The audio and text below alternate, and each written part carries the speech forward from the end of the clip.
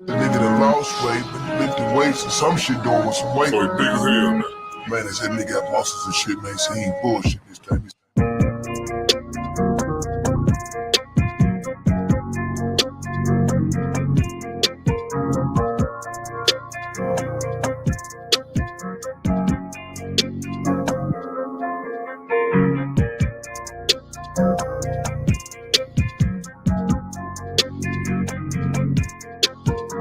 I like red balls, I like light skin, that's like hello.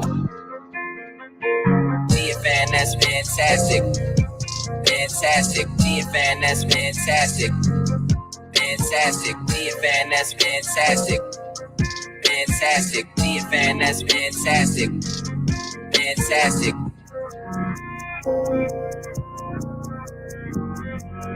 That's good, fantastic.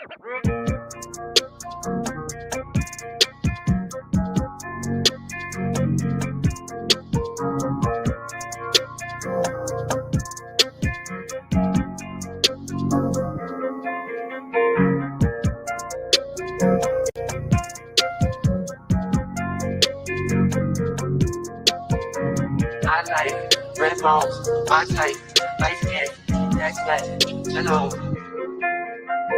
GFN, that's fantastic. Fantastic, GFN, that's fantastic. Fantastic, GFN, that's fantastic. Fantastic, GFN, that's fantastic. Fantastic.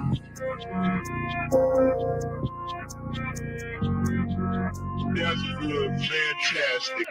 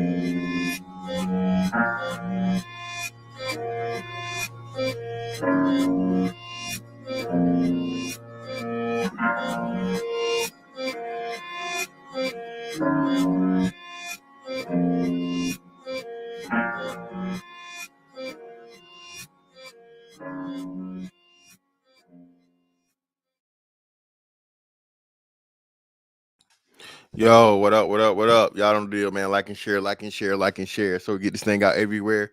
There's anywhere in the world you could be, but you should be right here with me, the BABGOG, and my partner in crime. Paradise hey y'all, Paris. It's me, Paradise Paris. Happy Sunday. Happy Sunday. So for all the people that's new here, hey, this is something we do on a weekly basis. We'll be breaking down this whole Black Twitter thing for y'all that don't know. You know what I'm saying? Y'all is not living under a rock somewhere or some you know what I'm saying? Like 90% of your social media that you get originates from here. Absolutely. And let's kick it off. Start it off with this one. Shout out to my man True Hype, man. This one right here.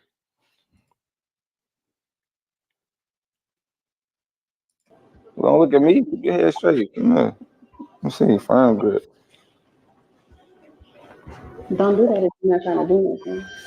Damn, I'm not the one to play like that. What is it, bro? Shit, come on. You over here showing my arm. Yeah, it feels good though. Stand up. I thought y'all said he wasn't gonna touch it. See. So like. Let me stop. For real. Let me stop. Hey man, I ain't going to play. You feel me? I'm gonna keep it a buck with you for real. Mm-hmm. We go upstairs. What you doing that? You gonna give me that massage you talking about? A little more than that though. That sounds fine. As long as it's a good time. Listen, bro. I keep telling y'all, man. All right. Y'all niggas, I don't know what y'all was saying or whatever. I told bro, I don't ever lead with the bread first, bro. Ever, ever, ever, ever, ever, ever. And brother, if you not getting to the bottom, brother, listen. Don't let every man hit the bottom of your vagina, the root of your vagina. But they don't know about the bottom. They don't know about the bottom. Yeah, You better be tearing them sides and that top up, okay? You can't hit to the bottom, brother. You cannot reach the bottom. You better make sure you're doing everything you can to them sides. You know what I'm saying? You can't hit the bike, but the front and side to side, you gotta leave the back out. And then of course, brother, hey man, you better have, hey man, all right, hey, the outside of that thing too. You gotta, hey man, gotta take some lessons or something, brother. Come on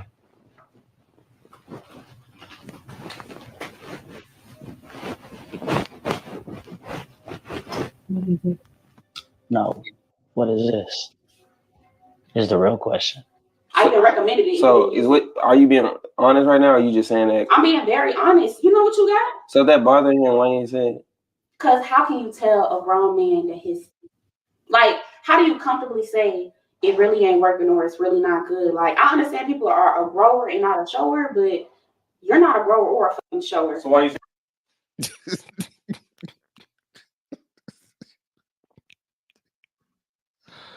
You're not a grower or a fucking shower? Listen, man, come on, man. Listen. Brother. Your relationship with your children. Oh my God.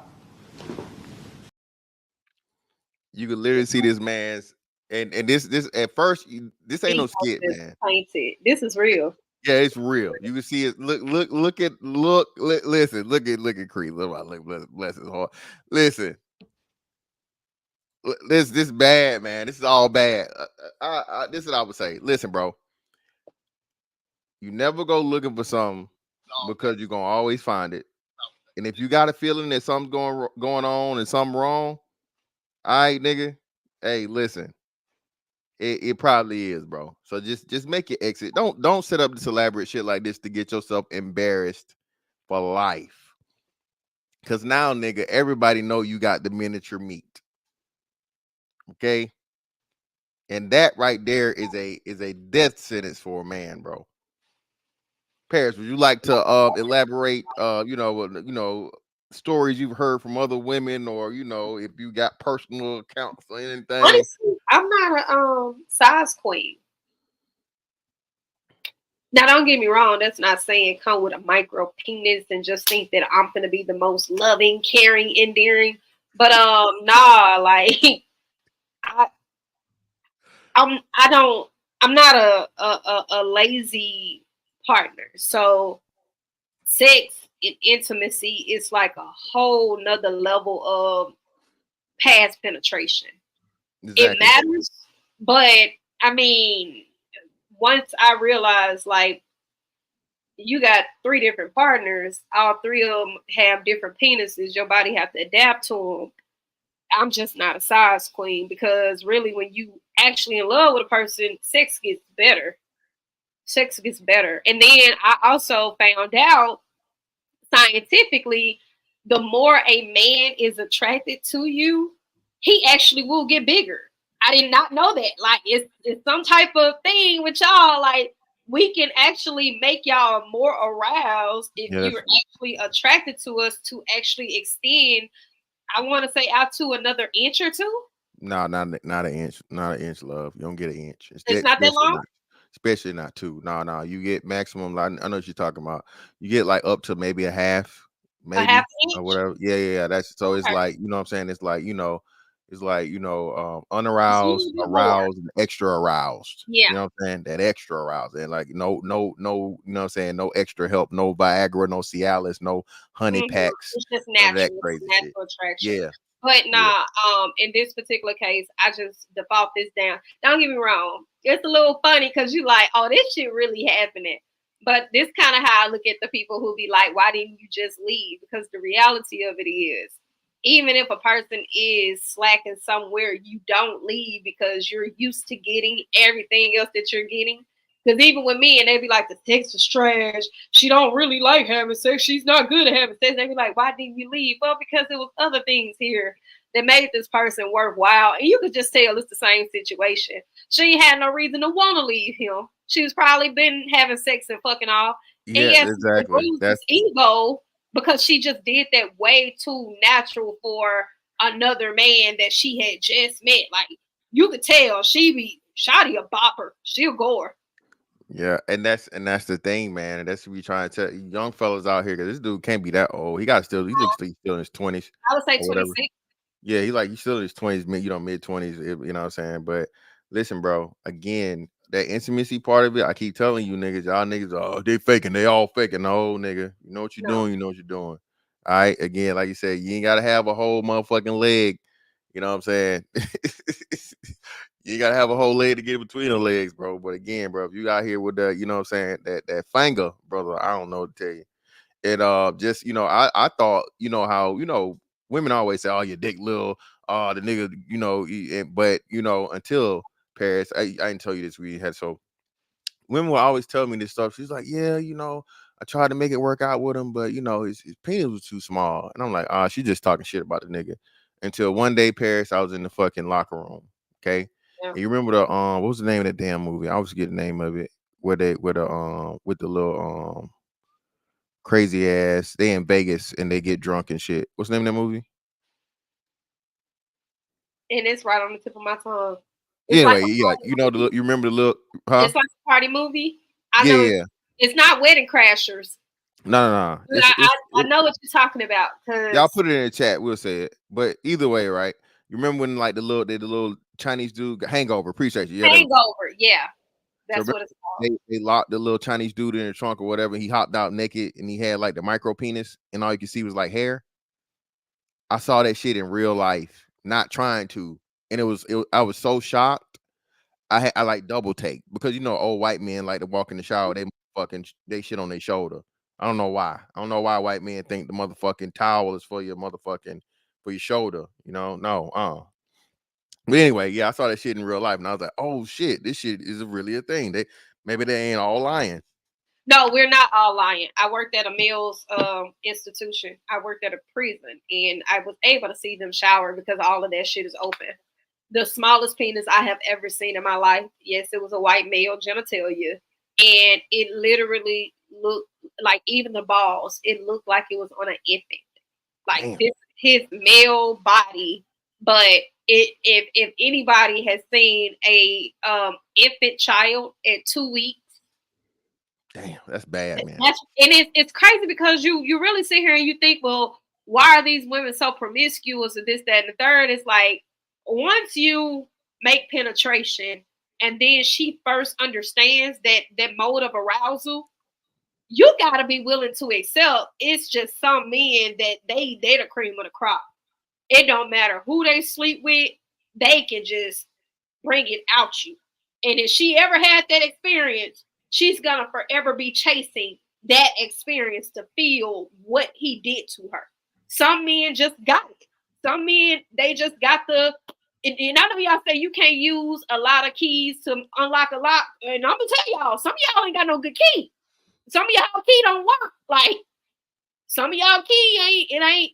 Some men just got that universal fucking key. And if she's ever felt it before, she gonna want to feel it again. Now, you just gotta be honest with yourself about what's going on down there. Preach, Paris. And say, thank you, Lord. Tell him, thank you, Lord. Thank you, Lord. Hey, man. Hey. Amen. If you, again, making a woman internally fucking orgasm is king, bro. You can do that through penetration, brother. She yours for life. I'm telling you. I've been smiling for 4 years, baby. I've been smiling 4 years. You will. Ain't nothing like that before. See, you will be the bar, but hey, I don't know nothing about that. That's just about something I heard. I don't know. Know. Well, shit, you want some shit? I'm just letting you know what it is. You asked me why I'm cheating, why I'm not loyal. Shit, I'm letting you know. You wanted an answer. I helped you with your startup money. I helped you buy product. Helped you with your taxes. I helped you get grants for small businesses. Don't tell me what I didn't help you with. Honest, okay, you telling me all you helped me with, but what the fuck that got to do with your penis? It don't work. You know what? Okay. Coochie dry, Bookie. What the fuck you want me to do? So you trying to embarrass me, but who's really embarrassed? What's that rhino pill? Let's try it. I even recommended it. So are you being honest right now, or are you just saying that? I'm being very honest. You know, is this what you wanted to hear? Because you obviously looking. This is the answer you wanted, right? You wanted some truth. This is the truth. I wanted the truth the same time you was asking me for money. I wanted the truth the same time you was laying next to me telling me about your problems you was having with your business, and I was being real with you. That's what I wanted. Okay, in the same way I rolled over and told you about the problems with my business, I expected to roll over and get some good dick, but that ain't happening. So that. Shit. This so fucked up because I on the opposite end, you can flip this to so many women and say the same shit, bro.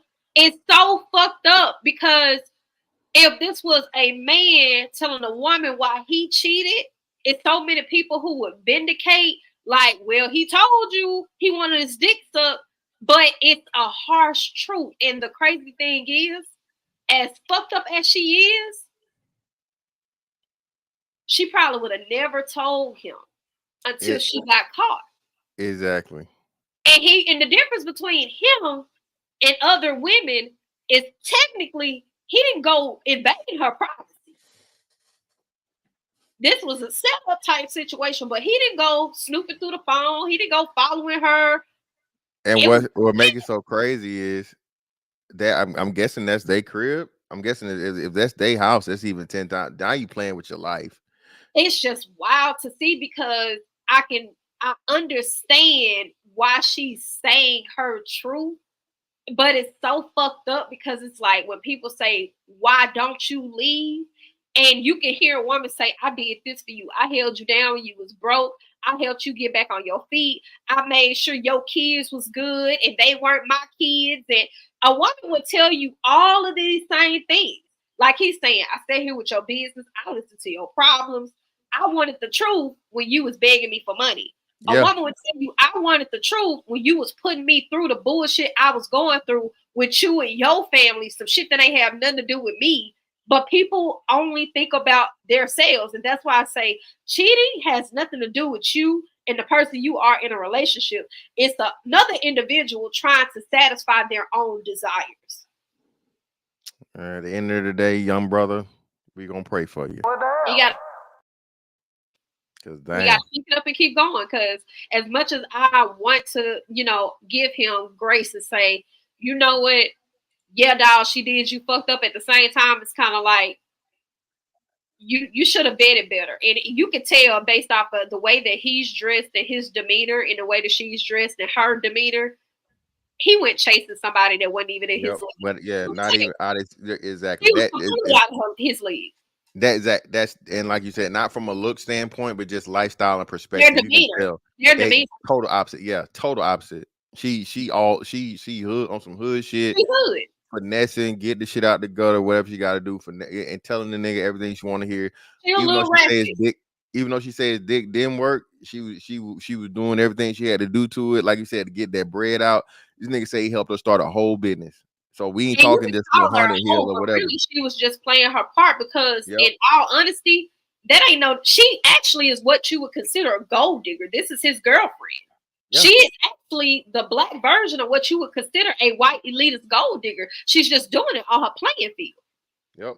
She know what to do to put herself in a position to make men feel good and to boost their ego. And I'm sure this woman has no issue getting in a relationship.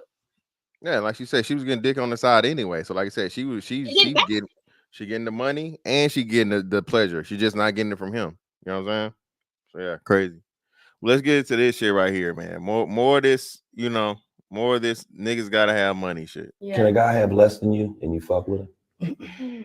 Oh, why you saying low? I ain't hear you. You clear your throat. Yeah, no. No, I ain't hear you. That's what I'm saying. Oh yeah, no. I'm not. I have to have. I feel like that's one of my. As a man, I feel like you just should have more than me. Like yeah. Now again, my biggest thing with this shit, especially in this day and age, is everything she got now is because she's a fucking baby mama to a rapper. Well, that for her is not true.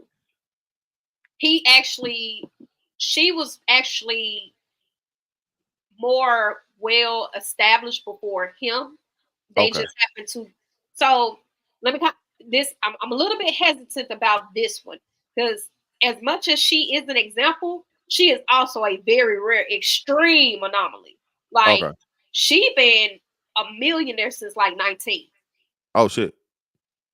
Right. I strike my comments from the records then. She started selling hair and she used to sell hair accessories. So she actually was selling bundles and she used to sell flat irons and she used to sell hot combs and bedazzled like different type of hair hot tool accessories.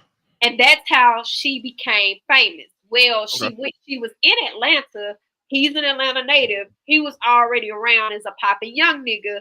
And right when he was popping in Atlanta, he started chasing her. He was chasing her like 2 years before she finally gave him a chance.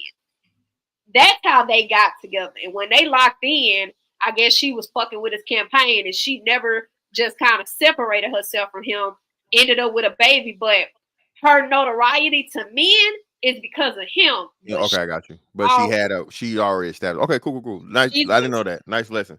Especially like I said with her being how old is she now? She's still early 20s? 24? She's not even 25 yet. I think she's right at 24. Yeah, cool. And like I said, she's basically saying she'll get cheated on by the rich nigga, but not cheated on by a nigga that's not rich. Yeah, because dating somebody that doesn't have more, they're gonna try to make you feel less than as a woman. That's how I feel genuinely. I know girls who are more dominant in the relationship as far as financial status, and their boyfriends try to dog them out just to make them feel like they not that bitch. And I never want to be a part of that. But if I'm gonna be in a relationship, I'd rather it be with somebody that I can that can benefit me rather than somebody that's taken away from what I got going on. Because these men that don't have the financial status that you have, they are gonna try to just make you feel like you're not her.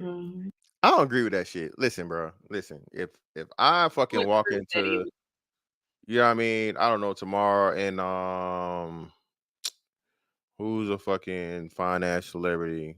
I don't fucking know. Shit, Lotto, right? Let's just say Lotto.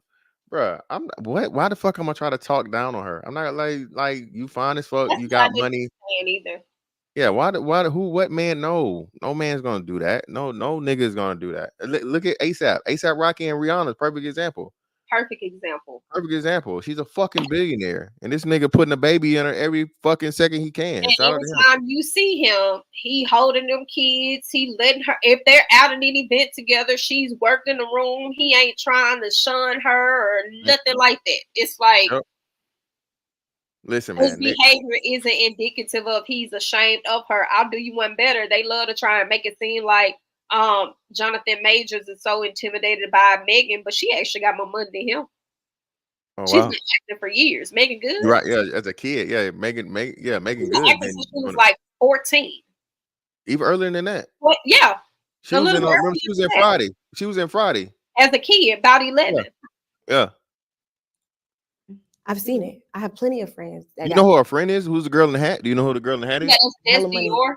She is she's a rapper. She's not as hot as the girls that we know, but she has had a couple songs that's been out. She used to date Future. Oh shit.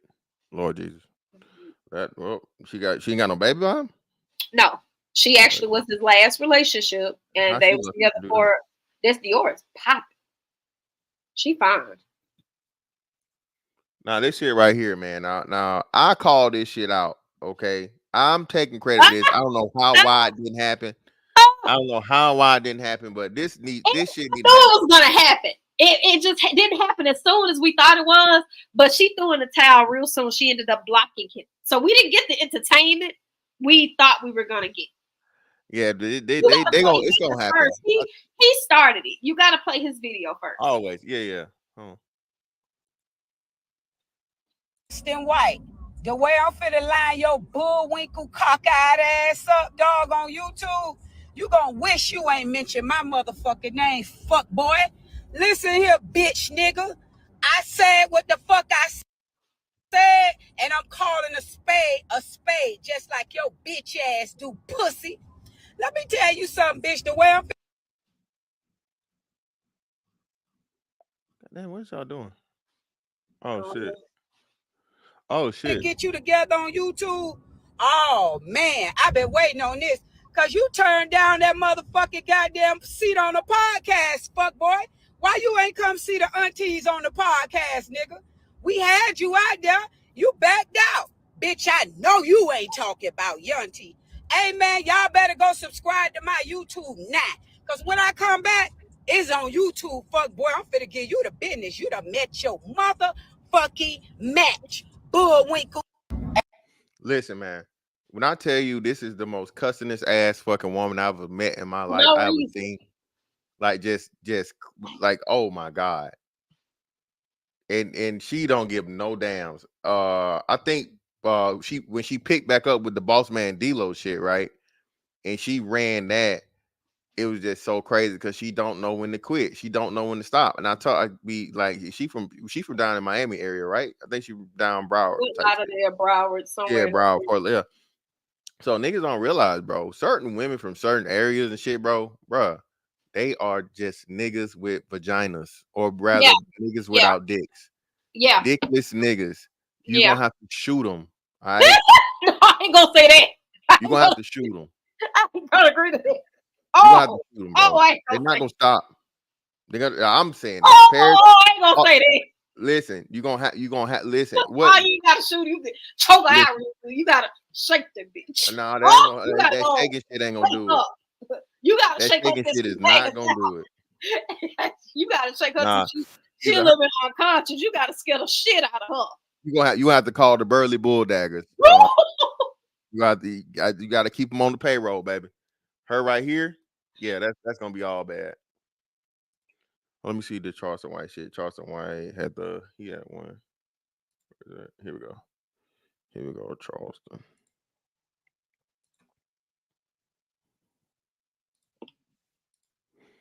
This nigga here just trolling, man. Professional trolls, man. Motherfuckers making thousands upon thousands of dollars just to troll, man.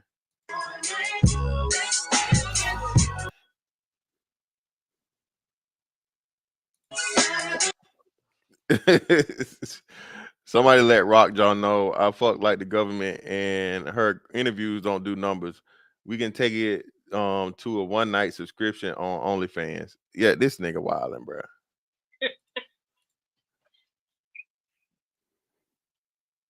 Crazy, man. Let's see what we got next on the docket. But I'm gonna be honest, before you move forward, what he said about her wasn't a lie. A lot of people like to overlook the fact of Tia Kemp just trying to make it seem like she caping for her child. She found a fine time to try and make it seem like her grown ass son is in such a detriment with his separation of degree from his daddy. No, he's not. You trying to make it seem like this 18-year-old boy is going through something so trivial, and you got 3 kids by 3 different niggas, and the only one you ever want to discuss is the one by the rich one. The rich one, exactly. You don't ever drag your other kids' daddy like that. She got all boys. And when I tell you what he said was, when your son, see you talk down at your daddy like that, you talking about your kid like that, because that's a part of him. He was not lying. The shit she say, how the fact that boy, that man, because he's not a child no more, he's 18. He sit there on the internet and see his mama literally provoke his daddy just to have something to talk about and get in the media. She ain't in the media for nothing else. She don't do no community activism shit. All she do is sit in her house that he helped accommodate for off of child support and spew negativity about what he got going on. The only reason why she even popped up back in the media is because he was going with a light-skinned girl that she did not like. That favored her at that. Called the girl Tweety Birds and everything else. That girl had a right to tell her experiences with this man. That had nothing to do with you. You just so happened to be going viral at the same time for boss man D-Lo, and people figured out you were his baby mama because you was talking shit about his girlfriend. But nobody's saying nothing about him posting text messages of her posting pictures of her at his house back in 2023 in September with her feet his feet in her hands. So you still fucking Rick Ross too when he get ready. So why That's you be yeah, mad that's the at quiet you part. fucking That's him? the quiet part out loud right there. That's the fucking quiet part out loud. Because when you Now, sit back and you think about this, you like, they child 18. She got 2 other kids. Why does she care so much? now this one right here pissed me off. Oh. All right. This one right here pissed me the fuck off. Listen, bro. I don't know how, why, whatever. Niggas tried to I ended up going viral because of this shit right here. Because they claimed that Lotto was just also a 10 or whatever, right? And I'm like, where? 10 where? Or whatever. Lotto? No, not Lotto, my bad. Sexy Red. Sexy Red was the 10. Yeah. So I'm just like, so this is this constant thing that happens. Shit on the light skinned girl and big up the dark skinned girl or the browner, you know what I'm saying? Color. Nothing Yeah. else. Yeah. And you gonna go viral. And everybody gonna jump on, everybody gonna agree, everybody gonna lie. Listen, bro. You nowhere on the planet, bro, is fucking Sexy Red in the same fucking stratosphere, bro. Well, The we're same talking universe. about as they are.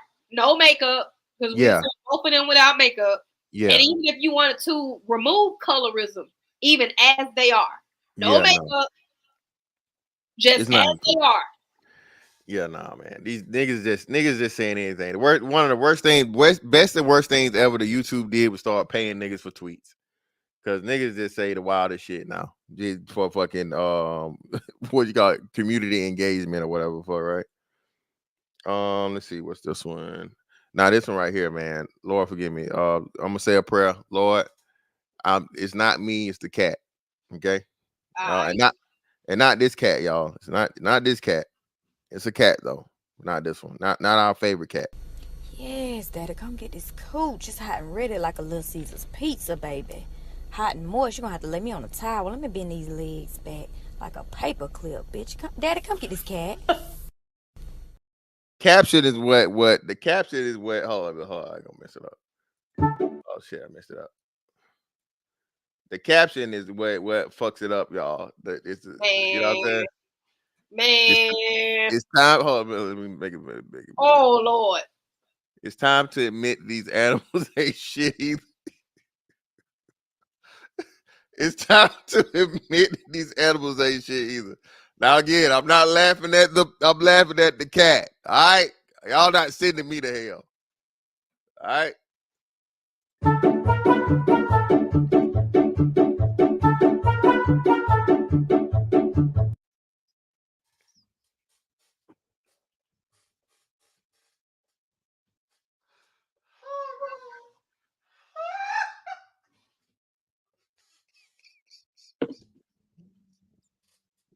Can you just imagine what the fuck is that? Because that's what the cat looks like. What is that real? What is exactly?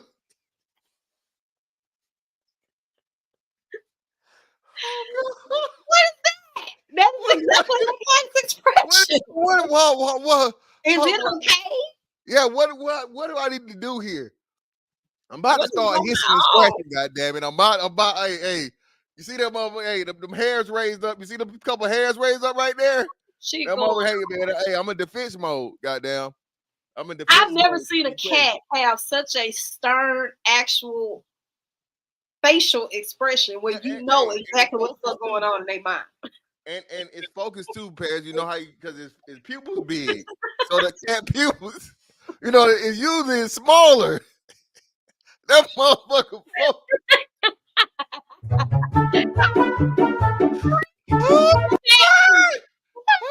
Lord forgive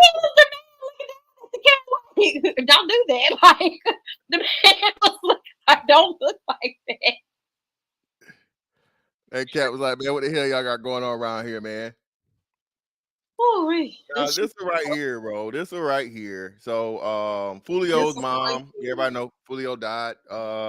He was killed last Sunday, right? Yeah.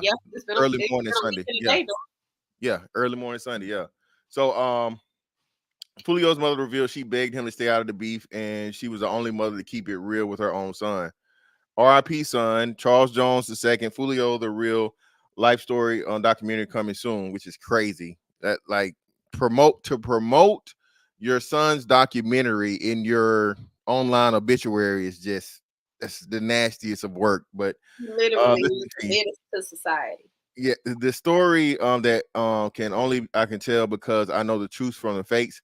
I think I'm the only mother, only in quotations, capitalized, all caps, mother that keep it real with the most. Others know damn well what was going on with their own sons. Them not knowing I stayed on you about this beef shit, cussed you out, begged you to take stuff down. And then you had niggas in the chat say some crazy shit, right? So this one right here. They got mad at him because he said this and he was correct, right? It's hard for most men like him to listen to their mothers when there isn't a father figure to show they aren't the man of the house. He felt like he was, so listening to mom go out the window. Now, part of that's true, but ultimately it comes back to the whole damn thing of listen, these fucking boys don't have no mamas. A woman can't do shit with a damn boy after a certain age, and that age usually gets younger than older, right? Because some people hit puberty earlier, some people are more physically, what I'm saying, dominant, gifted, whatever you want to call it. So when you understand that shit, man, like you said, those teenage years, it ain't much shit that a fucking woman can do with a son. What I don't like about this is the implication of she was her son's enabler in a lot of ways, because when she's saying I'm the only one who kept it real, I understood you're basically implying that although you was telling him to stay out the streets, you weren't actually active in doing anything to remove it either.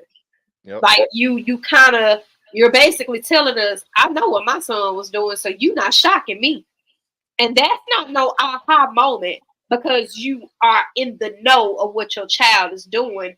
If they're not coming to you and you're not putting a dead stop to saying, don't bring that shit to my house. You my child. I love you, but don't you come around here with that.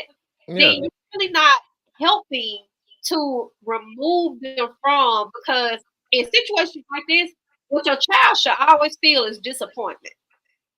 They should always feel shame. And if they don't feel it from you, then the narrative is, if my mama say it's okay, fuck what everybody else say. My mama already knows what I'm doing. And it's not just for boys, it's for girls too. If my mama cool with it, fuck y'all. And it's too many women who feel like because it's their child that they have to love them regardless. And you can love a person and still enforce and understand, like, hey, I'm not cool with the decisions you making. But I'm sure she was reaping a benefit off of it. Oh yeah, she about to get this documentary money. Yeah. So I mean, he had a little bread on him. He wasn't super rich, but I'm sure he was doing more for her than what she was normally getting. Oh, most definitely. So we're looking at two members of the Nagasaki clan. Okay. What's your take on this? Because I saw this and people were saying a little bit of something, but not too much. It was mostly jokes or whatever.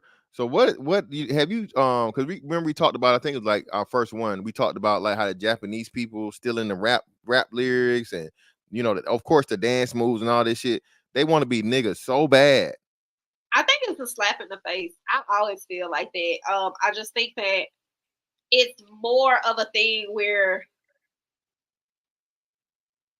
that diet nigga thing, it's not gonna go away. Like, it's cool to emulate blackness, but don't put me in a situation where I experience blackness. It's just kind of like what that is. Like, they want to do they have their own culture, and they'll actively tell us we don't have one, while showing us that we actually do. And this can't be their hair. It gotta be. And it's a man unit. That's gotta be a weird. Well, for them, what they do is they take their hair and they stretch it out and they get it out of its natural state, because I've seen a couple videos. Yes, they do add other hair, but they're heavy product and heavy hair base so that they can manipulate the texture of their hair to fit that hair. Well, shit, they own all the damn hair as it is anyway. Right. So shit, they just getting the shit But straight it's off. not a unit because you know they grow their shit. But Uh-huh. they do heavy manipulation. Like, did you see when they had the I seen it one with the sponge? with the weight. Yeah, the waves. I saw where they What had they the do fucking is they waves. started. It's a long process for them because Yeah. it's a hair texture. They start twisting first, and then they put the little shit on it and bring it out, and then they Yeah. sit in the dryer. And then when they get out of the dryer, the hair is stuck like that in small sections temporarily, and of course, it's manipulated by product. So then they sponge it out. It's similar with this. What they do is they stretch the hair out really, really big, as big as it'll go. Their hair is already fucking fine, and then they use product in order to get it to manipulate to do what it want to do. So when they input it to the other hair, it don't look like it's not blended. Okay. Now, Paris, don't judge me on this. I might. We'll see. Don't judge me on this, but this I publicly said this and I'm gonna stand on it. You niggas don't judge me either. This is on my bucket list. All right, before I finally settle down, lay it down for all time. This time around, I got to have one. I gotta have me one. I gotta find her. A thick white lady. Nope. Oh Lord. One of these. Hey, come here. Calm down. You want to go home? Because we can go home right now. Let's go. You already act like you don't know how to act. Back up. No, let her play. I don't care. Let her play back up. Good. Come here. It's time to eat. Sit down. Get over here. It's time to eat. Sit down. No, this is wild. This is Y'all crazy. are not serious people. Y'all are not fucking serious people. What? Well, she can't find love because she's a little person. How tall are you? I'm 6'5". Exactly.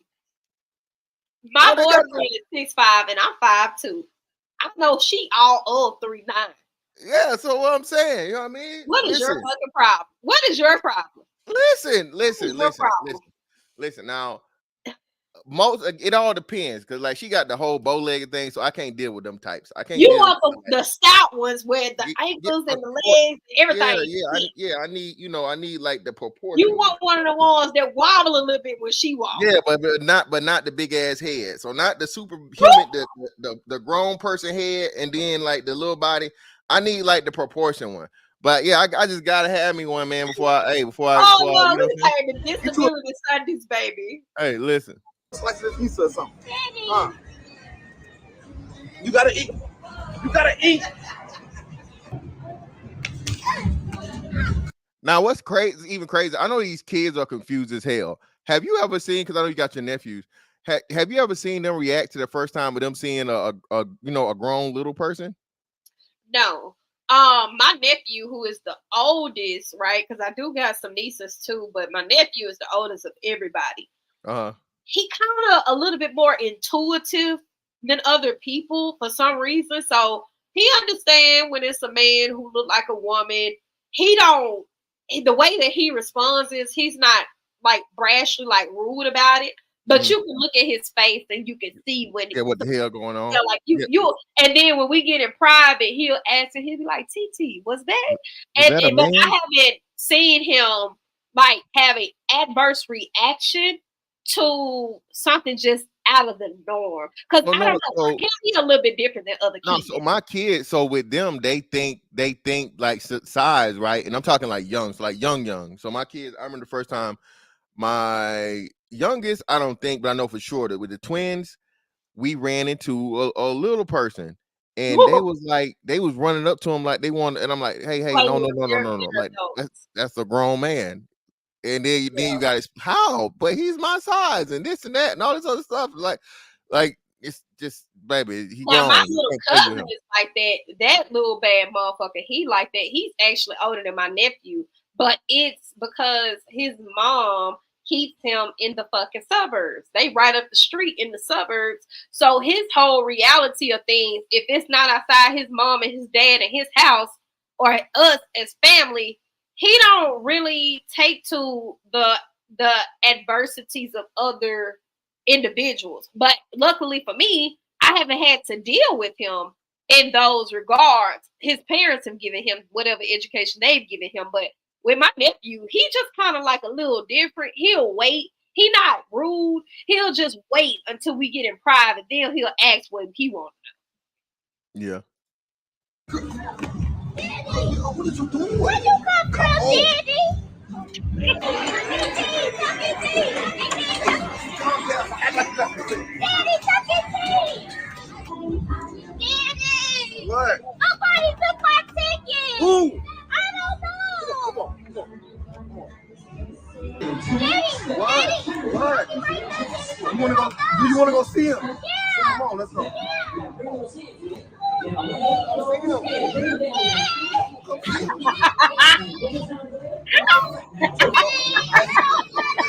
Let's go.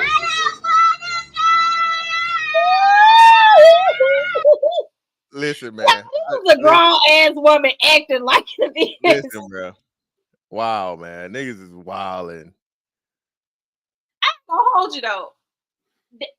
I appreciate them doing some different content. It's a little weird, but it's also kind of like spot on. Yeah, it's original. It's original and it's funny as hell. I It's a little appreciate weird. having some new form of content that's not predicated around relationships or trying to have some weird ass scenario where people are arguing and debating. That was funny, but that's a grown ass woman acting like that. And if I would have seen it, I probably would have been annoyed as hell. Cause girl, what the fuck is you doing? What are you? Yeah, like, the kids all fucked up because the kids like, oh wait, why is he handling this child? That's not his child. Like, yeah, what's going there was on? all kinds of questions. Hey, you niggas, man, listen, man, it's Sunday, okay? Let me get to my man Yardley in the building. Greatly appreciate your brother for the 5.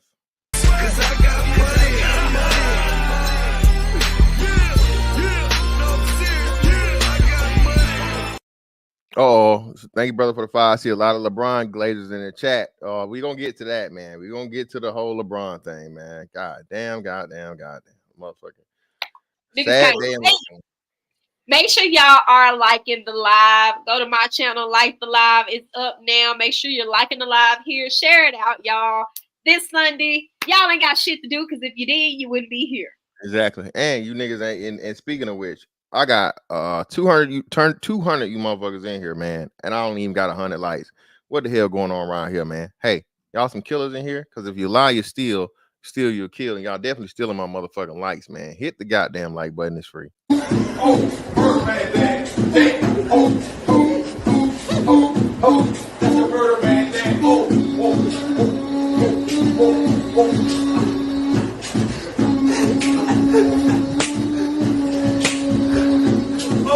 Real more shit, man.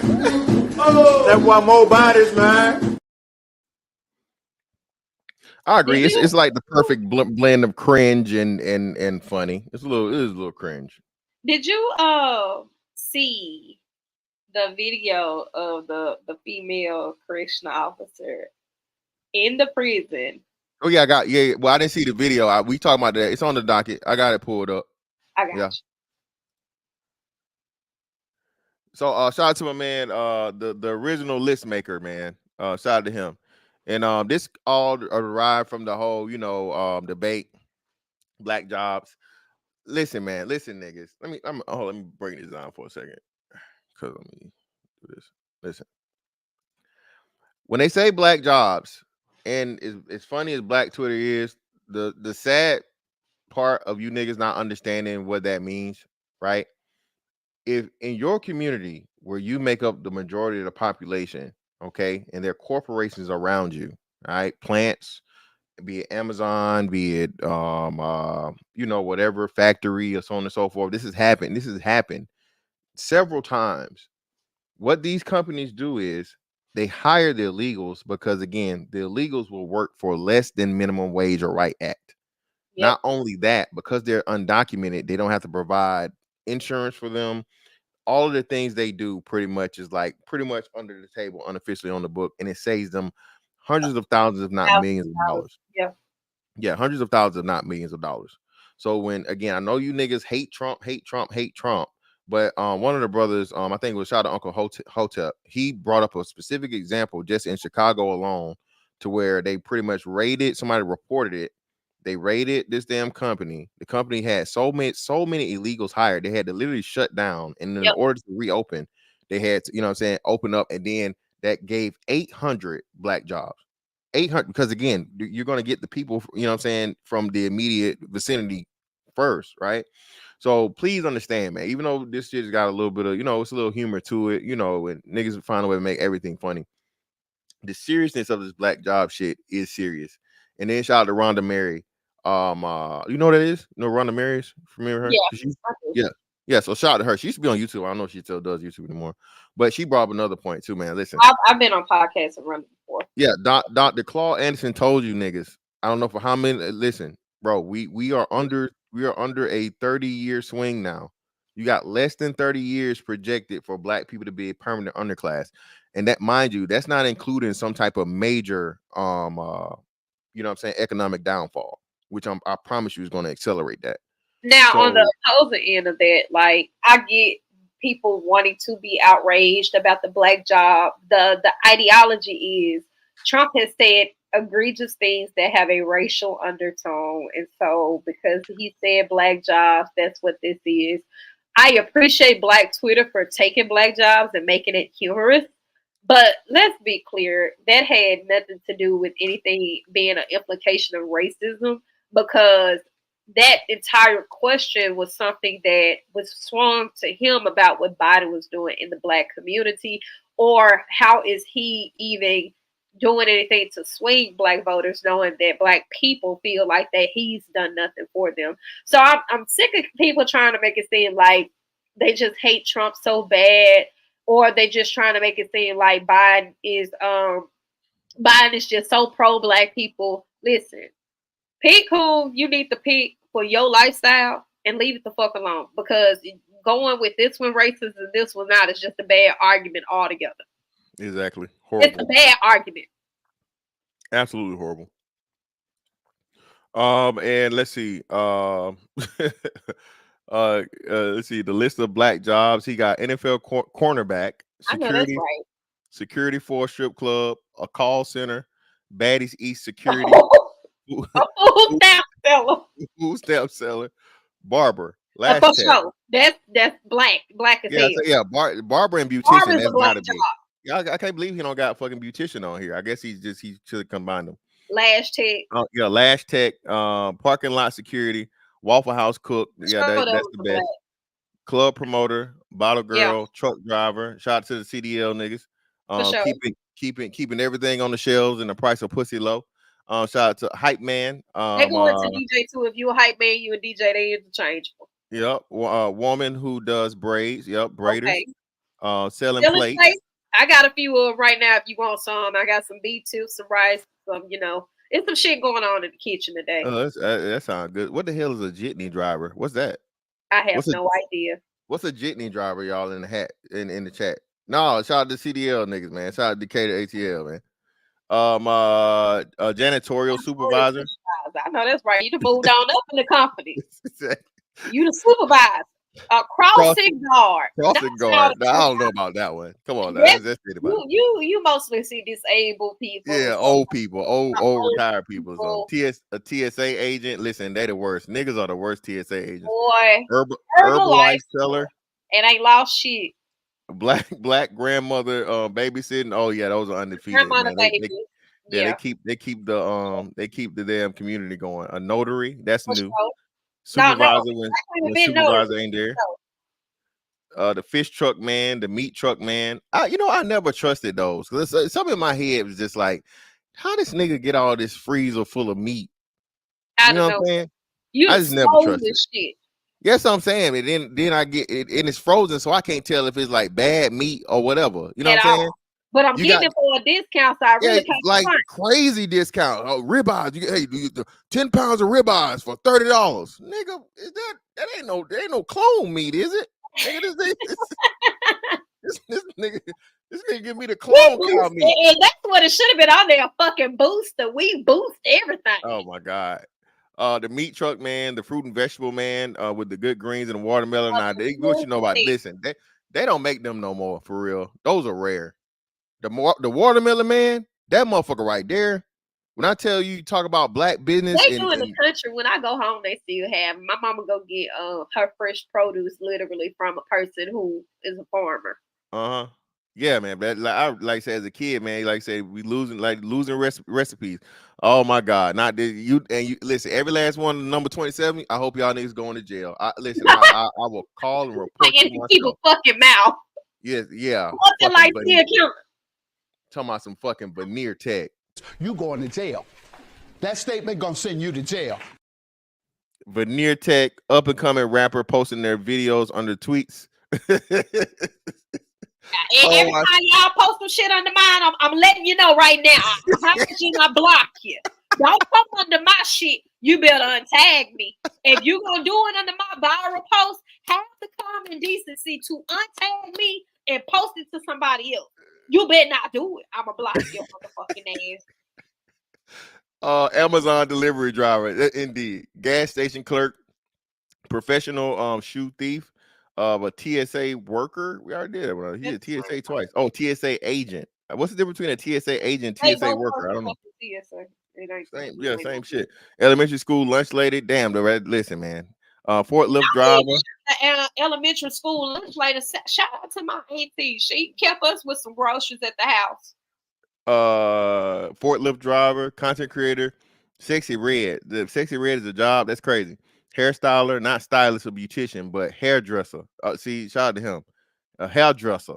Yeah, that's the real right there. A water boy. Oh, he talking about like the corner water shit. Niggas selling quarter waters. Potato salad maker. Yeah, definitely, man. I ain't never eaten on white people potato salad. Rental car place worker. Customs area at ATF. Hartfield Jackson. Only so nasty, so rude. May apply. Listen, yeah, bro. Listen, hey, play with them. Play with niggas if you want to in Atlanta airport. All right, you will miss your flight, and they will post it on the internet. They made you miss your shit. Around and not even on some you just late type shit. They so much they be on bullshit so bad. They will bullshit you into being late if you on time. Indeed. A weaveologist is crazy. Kool-Aid maker. Listen, you niggas, I told y'all, one of my underlying theories, the reason why niggas got diabetes so bad, because you niggas don't know how to make Kool-Aid, man. Okay? You heat up, you boil the water. All you need is like a cup. All right? You mix in no more than like a half a cup of sugar. All right, this to make the best gallon of Kool-Aid you ever had in your life. Okay, then you add ice, so it immediately cools down the motherfucking boiled water. All right, it's gonna cool it down. Then add water and then more ice, or just throw it in the freezer. Y'all niggas be adding a bag of sugar to motherfucking Kool-Aid, man. And then once you get it to your desired flavor, you add a little bit of real lemon juice for the little twang. Yeah, see, look, that's professional right there. Y'all know. I know what be going on, baby. I know what be going on from the country. The candy lady, god damn, man, they don't make them like they used to. Pitbull ear clipper, that's crazy. Okay. A real housewife, a basketball wife, a personal trainer, a podcaster, prepaid ticket to the club guy, huh? Oh, so like the nigga you hit up to get the club the key before. Hey, before Friday it's gonna be $20. At the door it's gonna be $35. You gotta go get your shit with him. Yeah, a scalper, a scammer, valet driver, SoundCloud rapper. Now, black people ain't no motherfucking valet driver. We don't get that close to getting in somebody else's car. Now you just lying. That ain't no black job. I had a couple of them. I had a couple of black. It's not. We're not the ones in a mask. Yeah, no, definitely not. SoundCloud rapper, Little League football coach, wig influencer. That's crazy. Now I feel shot. Don't be taking no D's at me. Hey, it's on the list. I didn't make it. Selling plates, home base hair braider, NFL safety, Popeye's cashier, a Kardashian baby daddy. That's wild. Now that's a really motherfucking black job. Yeah, pop the balloon contested. That is all niggas, by the way. All of them. 20v1, all the 20v1, the pop the balloon, all that shit. That's all niggas. A CNA AAU basketball coach, pastor, Tyler Perry movie actress, DVD bootlegger. If you still bootlegging DVDs in 2024, definitely doing some black jobs. Yeah, Yeah, a black find job. you a new hustle. Credit fixer, tax lady, grill master, plate seller, mechanic, NBA player, apartment maintenance man, Boosie, Okay. mid card wrestler, Golden Golden Corral cook, Corral cook, the weed weed man. man, porn stars, Porn floor stars is not no supervisor. black job. That's not us. Yeah, floor super is yeah, man. Spades referee, not a spades referee. DMV employee, Tekken player, UPS delivery guy, CD man, dog catcher. They still got dog catchers. There ain't no damn dog catchers. Mayor, black comic relief in a white movie, TV judge, failed comedian, t-shirt maker, middle of the mall shoe cleaner. Oh Lord, them niggas there, bro. I just That's hate a black job. I ain't never seen nobody do it, but them. Listen, hey, if you ever want to fuck, hey, I already got some, player. I already got some, brother. I already got it. And that'll get you up out of there, man. Come on. I already got some, bro. Hey, that's the key to getting out of it, man. Church usher. Head of HR. Oh yeah, y'all definitely fired the shit out of niggas. SmackDown general manager. Sneaker plug. Nike store security guard. Coach at the Pittsburgh Steelers. Cart grabber at Walmart. Cashier Y'all at get Lid. racist. Random boutique, some other shit. Hold on, let me see who's that. Random boutique something. Random boutique owner and a manager at T-Mobile. Yeah, man. That's a hell of a list. And then we continue with the this shit right here. Who's trying to take over the black job?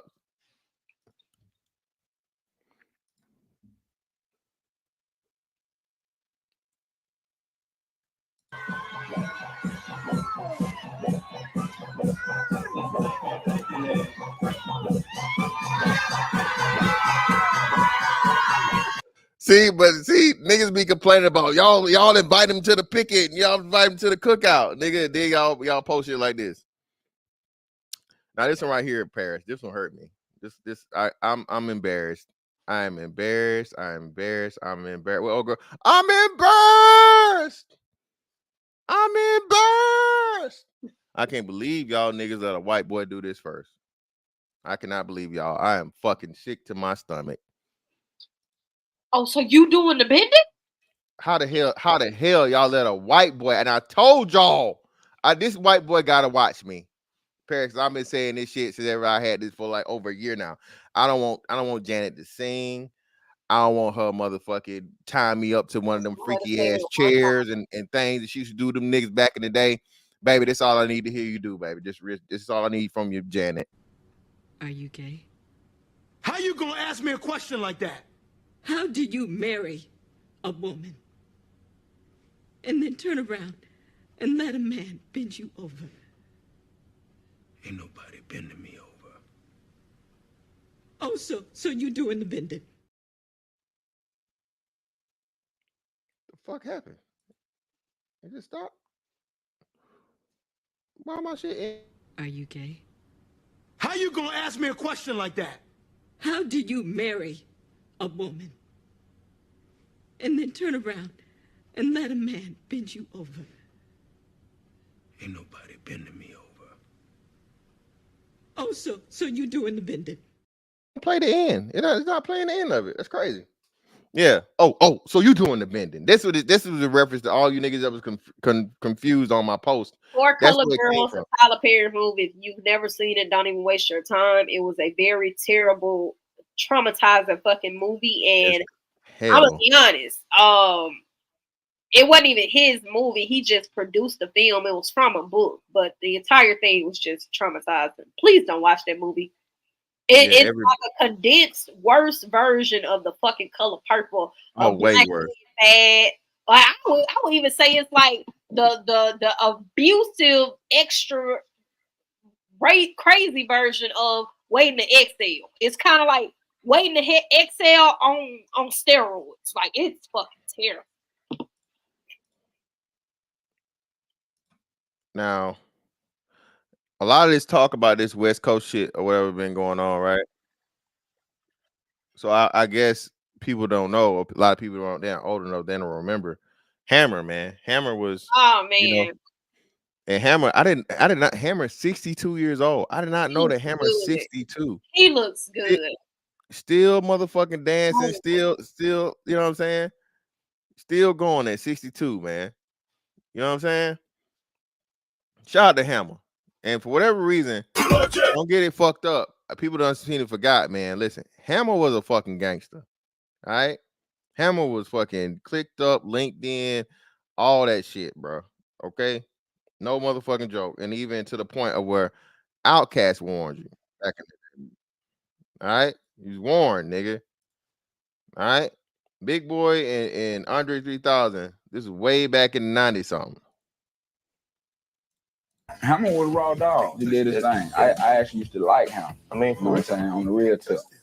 People be talking, talking shit about Hammer, but run up on him. Hammer beat your I bet he'll beat your Hammer beat your motherfucking ass. Hammer beat your motherfucking ass, nigga. Hammer was real. And Big Boy wasn't even saying shit. He hair up and made sure you knew. He ain't nobody to be fucking with. Don't fuck with him. Listen, don't fuck with Hammer. Fuck around and find out. The original. Now this was sad. A little sad. And people are making excuses and people trying to blame fucking the business and all this other shit. And this is like, look, bro, nah. You can't have it that way. Unfortunately, a woman that works at Amazon, she left the car running with the AC on. Apparently, the child turned it off and couldn't get it back on. The child died in the Amazon warehouse parking lot because her mother couldn't afford childcare. And then they're trying to blame it. No, it's not the country, goddammit. People every day have to find a way to have their kids taken care of. Okay? People every day have to find a fucking way to make sure their kids are taken care of. And you leaving your child in the car for fucking 8 hours during this work You don't know when they're hungry. Somebody could have kidnapped them. Somebody could have stole the car. There's a numerous amounts of risk. And I get it. You as a parent, you're like, I'm the only person who's going to care for my child, watch out for them. I know where she's at. This was just piss poor parenting. It's sad. My condolences sincerely to the mother, because it's fucked up when you put yourself in a position of where you're saying, I'm trying to work. But if you know anything about Amazon, they give damn near so much overtime because they have like over 150% turnover rate. And furthermore, when you're talking about her being 8, the resources that they have, they still do people at the community center. My nephew still goes to like the YMCA. They keep them there for 6 o'clock. She's 8, so even if she was going to daycare, it's not as expensive for her because she's older. If she's a single mother, which let's just go ahead and put the implication out there, there were resources for her to gravitate to, even down to the fucking churches. I know y'all love to say people don't go to church and the church this and the church that. They have daycare association type things at churches, and they have resources to give to you. I'm not a parent, and I know these things. So we got to stop trying to make it seem like when you go into parenting, you're not assuming a multitude of risks. But this was just terrible. There was no way she should have done that. I'm sure this lady has friends. I'm sure she probably didn't want to put her child in the care of other people. But the excuse is not the country, because the country didn't make you lay down and fuck to have her. Nope.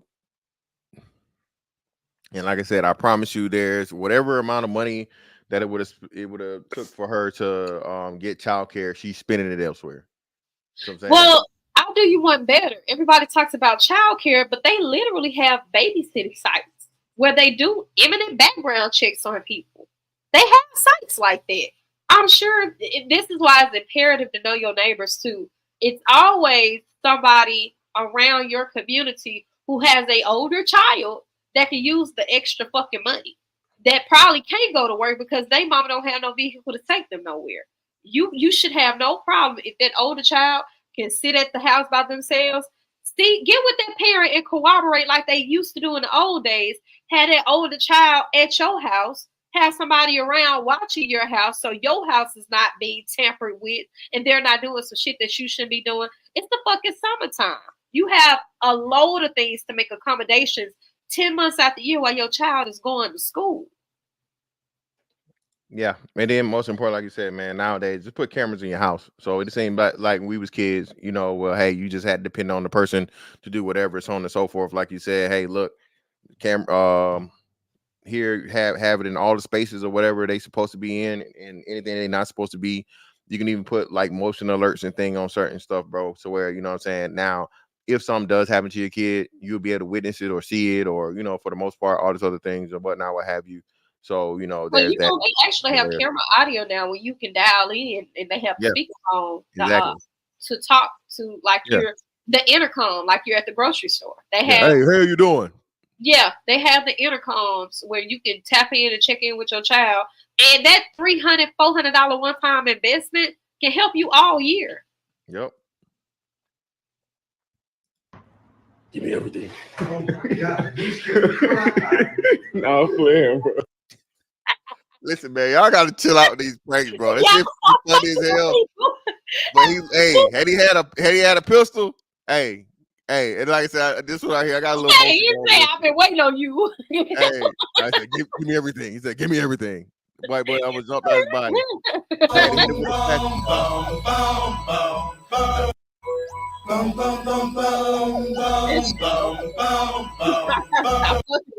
He heard the music, man. He thought it was over with. So I got a little, you know what I'm saying? Got some little views or whatever going right now on that. That's my shit for that one. What's that? Now this one right here. This is the new angry. I guess everybody hate this white girl because she's a loctician. I don't fucking know. Is that a thing? Is that what you call it? Yeah. Shut up. I don't hear that damn music. So you got the you got the wigger white girl. You know what I'm saying? And she retwisted niggas' locks.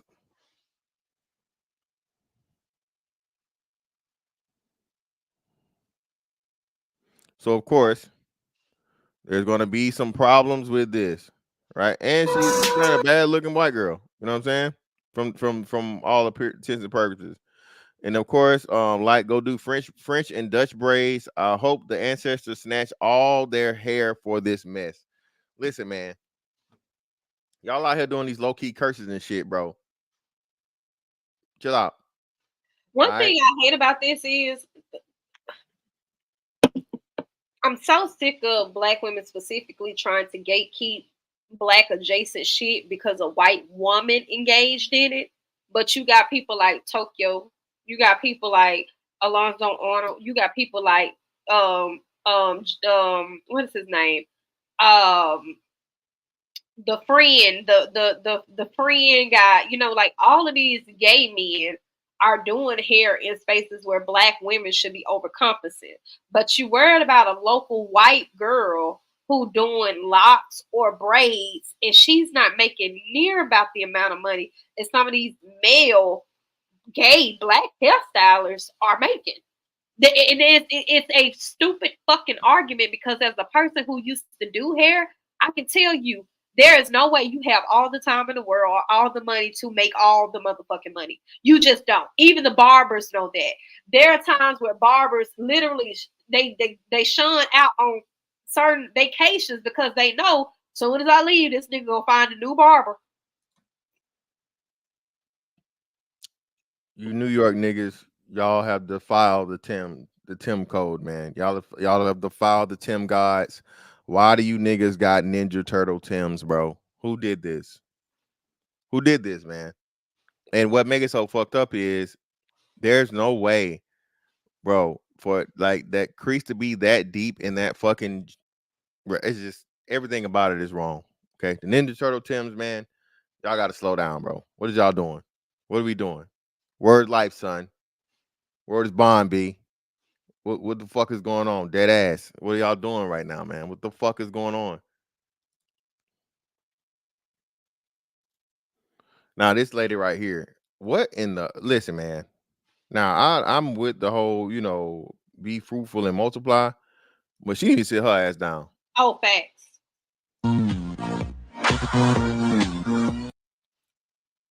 They ain't sit her. These are all their kids. She got a Black husband. I think she said what is number 11. Let's see. Let's count them. 1, 2, 3, 4, 5, 6, 7, 8, 9. Yep, 10. And listen to this crazy ass shit, man.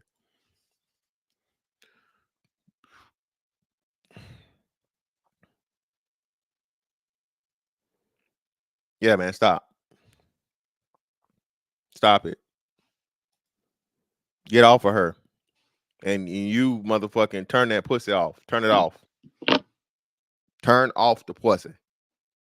Mom 10 has her 11th baby on the way. Bro, I don't know what the hell Buddy doing, but he got to be a millionaire. Crazy.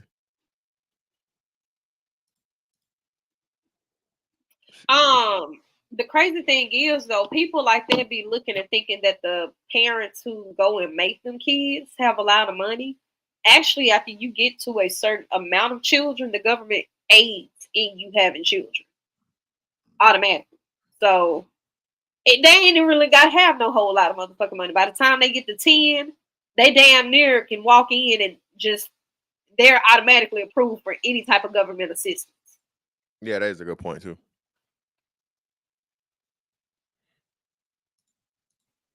Now, this is what you was talking about earlier. This little freak monster right here. Now, this is a still. This ain't a video, you freaky ass niggas. I ain't seen the fucking video. They took it off before I could view it. But this right here, okay? Shout out to the murder man. All right? They ain't just doing this shit over here in America, bro. Prison niggas, and you know what I'm saying? They ain't even a prison nigga. He's like a prison motherfucking Habib. He's a prison motherfucking what do you call him? What's the actual term? Why the fuck I can't think of Arab. Fucking prison Arab, man. All right, a prison Indian, goddamn. And they made a whole sex tape, bro, in the goddamn prison. Old girl showing her face and everything, and so on and so forth. I don't know. Pretty much they probably will come out that this shit is like, I don't know, scripted or whatever. I don't know what the fuck, but they was on some whole weird ass swinging shit, right? Her and her dude. Let me see.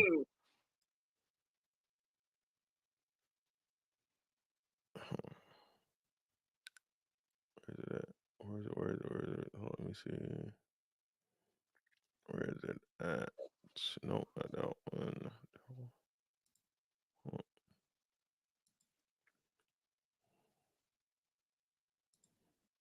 Where the fuck is it at? Explaining it.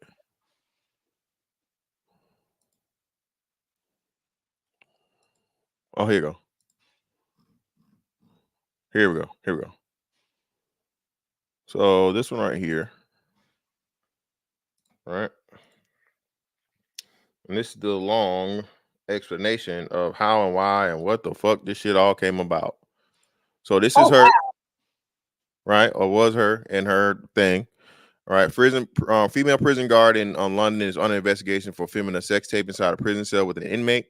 According to the new report, the woman is now viral video is 31-year-old Linda de Souza Abreu, a married woman from Brazil. Passport Bros hold his L. Her husband is the MMA fighter Nathan Richardson, and the couple were stars on the show Open House: The Great Sex Experiment, where couples would explore relationships with other couples. Basically, a big ass motherfucking swinging orgy ass shit, man. Monogamy is a social construct that I think needs to be dismantled.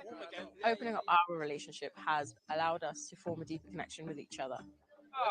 So they was some fans. They was just some freaky ass niggas. Yeah, just listen. And like for the prisoners, how the hell was listen? I'll tell you this, bitch. If I'm the warden or I have anything doing with the HR process of a prison guard, baby, you got an OnlyFans, you a stripper, you doing anything that hell no. I'm gonna be honest with you. I did it, and it was one of my favorite jobs, but that was because of the fact that there was no restrictions to your behavior. Like, don't get me wrong, they have HR coded shit, but I'm walking around work cussing, I'm kicking it, we eating whatever the fuck we want to eat. It's just kind of like for the type of money that state based, because in Georgia they don't make shit. In Arkansas, you make some motherfucking good money for your cost of living.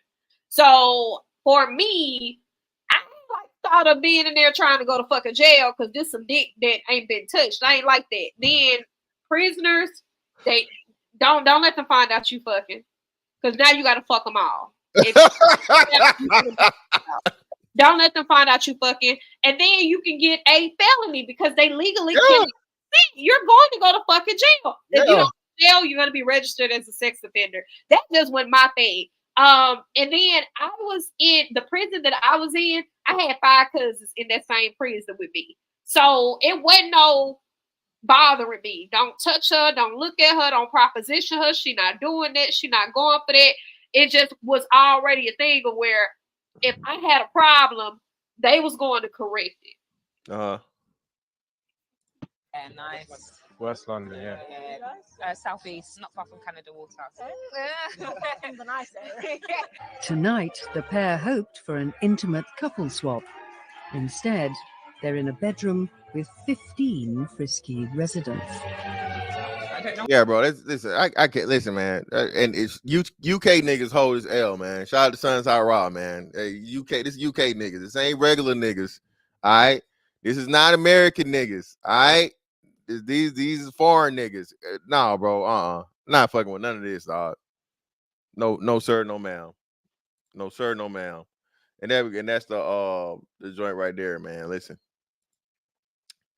Hey, man, stop trying to share that pussy, man. Listen, it's either yours, okay, or it's for the streets, man. Don't be out here. And they married too, by the way. They married. That one. Let's see what we got. Shout out to my man King Randall, bro. Doing the Lord's work. And look at what these fucking orangutans. Uh-oh. They're Popping that boots outside. I already knew where you were going. Yeah. Look at on the damn car. Look at what these orangutans doing, man. Just pull up and now deliberately. This is a school. This King, you guys know what King Reynolds does. They literally just pulled up to in front of his school to do all of this unnecessary performative ridiculousness, right? And these look like, teenage girls or whatever. They may be young adults. But shout out to King Randall, bro. I've been stopped trying to save the race. This is truly special ed. These random bras just pulled up in front of our students and started this BS. They stayed for like 2 minutes and drove off. I asked them to leave originally. If this was a school for girls and men got out shaking their dicks, then everyone would care. We live in a clown world. And then the brothers, this was in response to this brother right here. Again, this is in Atlanta. Okay. What is the infatuation with shaking your ass in public? Do you know? No idea. Because I again, just everywhere, man. Again, the only thing that I could think of is even when I would be in proximity of places to do it was just attention. Like that to me, that's not fun. That's not like, oh, that's you trying to show off, like you trying to cause a scene. Like I don't really get it. But again, people think I'm a prude. I just feel like it's a time and place for everything. It's just a time and place for shit, and not in traffic. You damn near getting ran over because you're trying to twerk. Definitely finna get Everybody's not paying attention to you. Everybody don't want to. Yeah, in Atlanta traffic, you will definitely lose that hand, that foot, whatever the fuck you got out the road.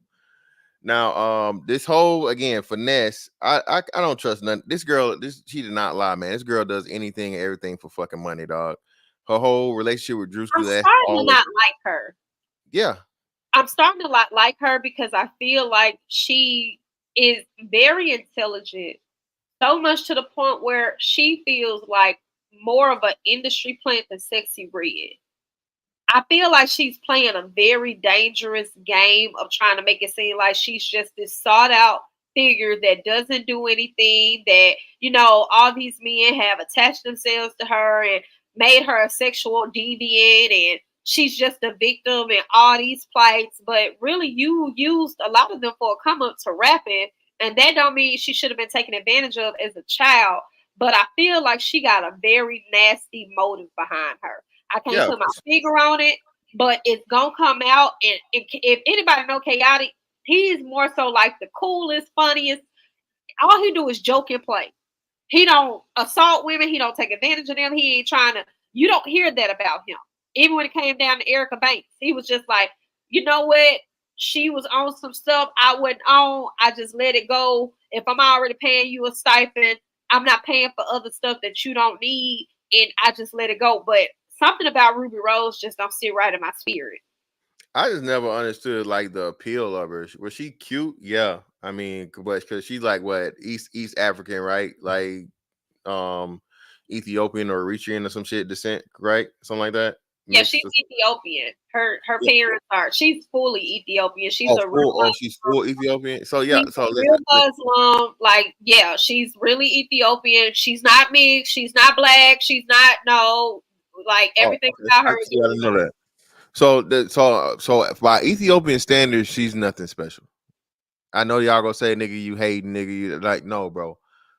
When I tell you Ethiopian women, bro, she's I don't even know. She's nothing special, and she ain't got no ass. She's slender. So that's what the first thing I was looking at. I was like, okay, she got, I guess her body's okay, but she ain't got no ass about nothing. And her face is just like, okay, she's cute, but niggas be like, you know what I mean? I don't know, crazy shit. But yeah, and I realized you said this. This dude's a comedian. He's on what, Love and Hip Hop, right? He's a Yeah. Love and Hip Hop guy. Yeah, he's a Well, he comedian. also makes music. He makes Caribbean music as well. Okay. Yeah, so yeah, this pretty much like, her extending her thing. And then like you said too, that bullshit she just tried to pull with Bad and Bougie, talking about she was 16 or 17 years old when the bitch was clearly grown. Like, what the fuck we talking about, man? Yeah, she's purposely fucking just like, for the sake of, her sexuality, want to weaponize it and then victimize it at the same time. And I'm really kind of annoyed because it's one of the things where she's a silent killer. Like, it's more dangerous for men than they realize because Ruby Rose has a heavy proximity of males in the rap community. You don't see her kicking it with no girls. She's not trying to be no girl's girl. She don't have no girlfriends. Like, the play and the plot is so adamant. It's almost damn near like if she a snake, she gonna bite you. Like, you just can't get around it. There's no reason why you sit here, you seeing women like Cardi B, Megan Thee Stallion, Glorilla, Sexy Red. Like, don't get me wrong, Sexy Red kicking with the niggas, but she also got female friends. You see Ruby Rose by herself until she's with a rap nigga.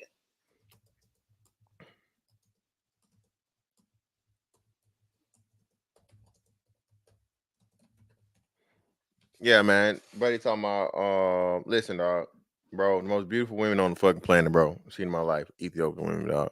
So I guess they sending the rejects to your town, brother. I don't know. But I'm telling you, I'm not saying she ugly, but I'm just saying she's not all the shit you niggas make her out to be. I think it's part of it because I guess she is exotical. She's exotical, so you niggas go crazy. Again, more examples of fucking everybody want to be a nigga, nobody want to be a nigga. Volume infinity. Marcel,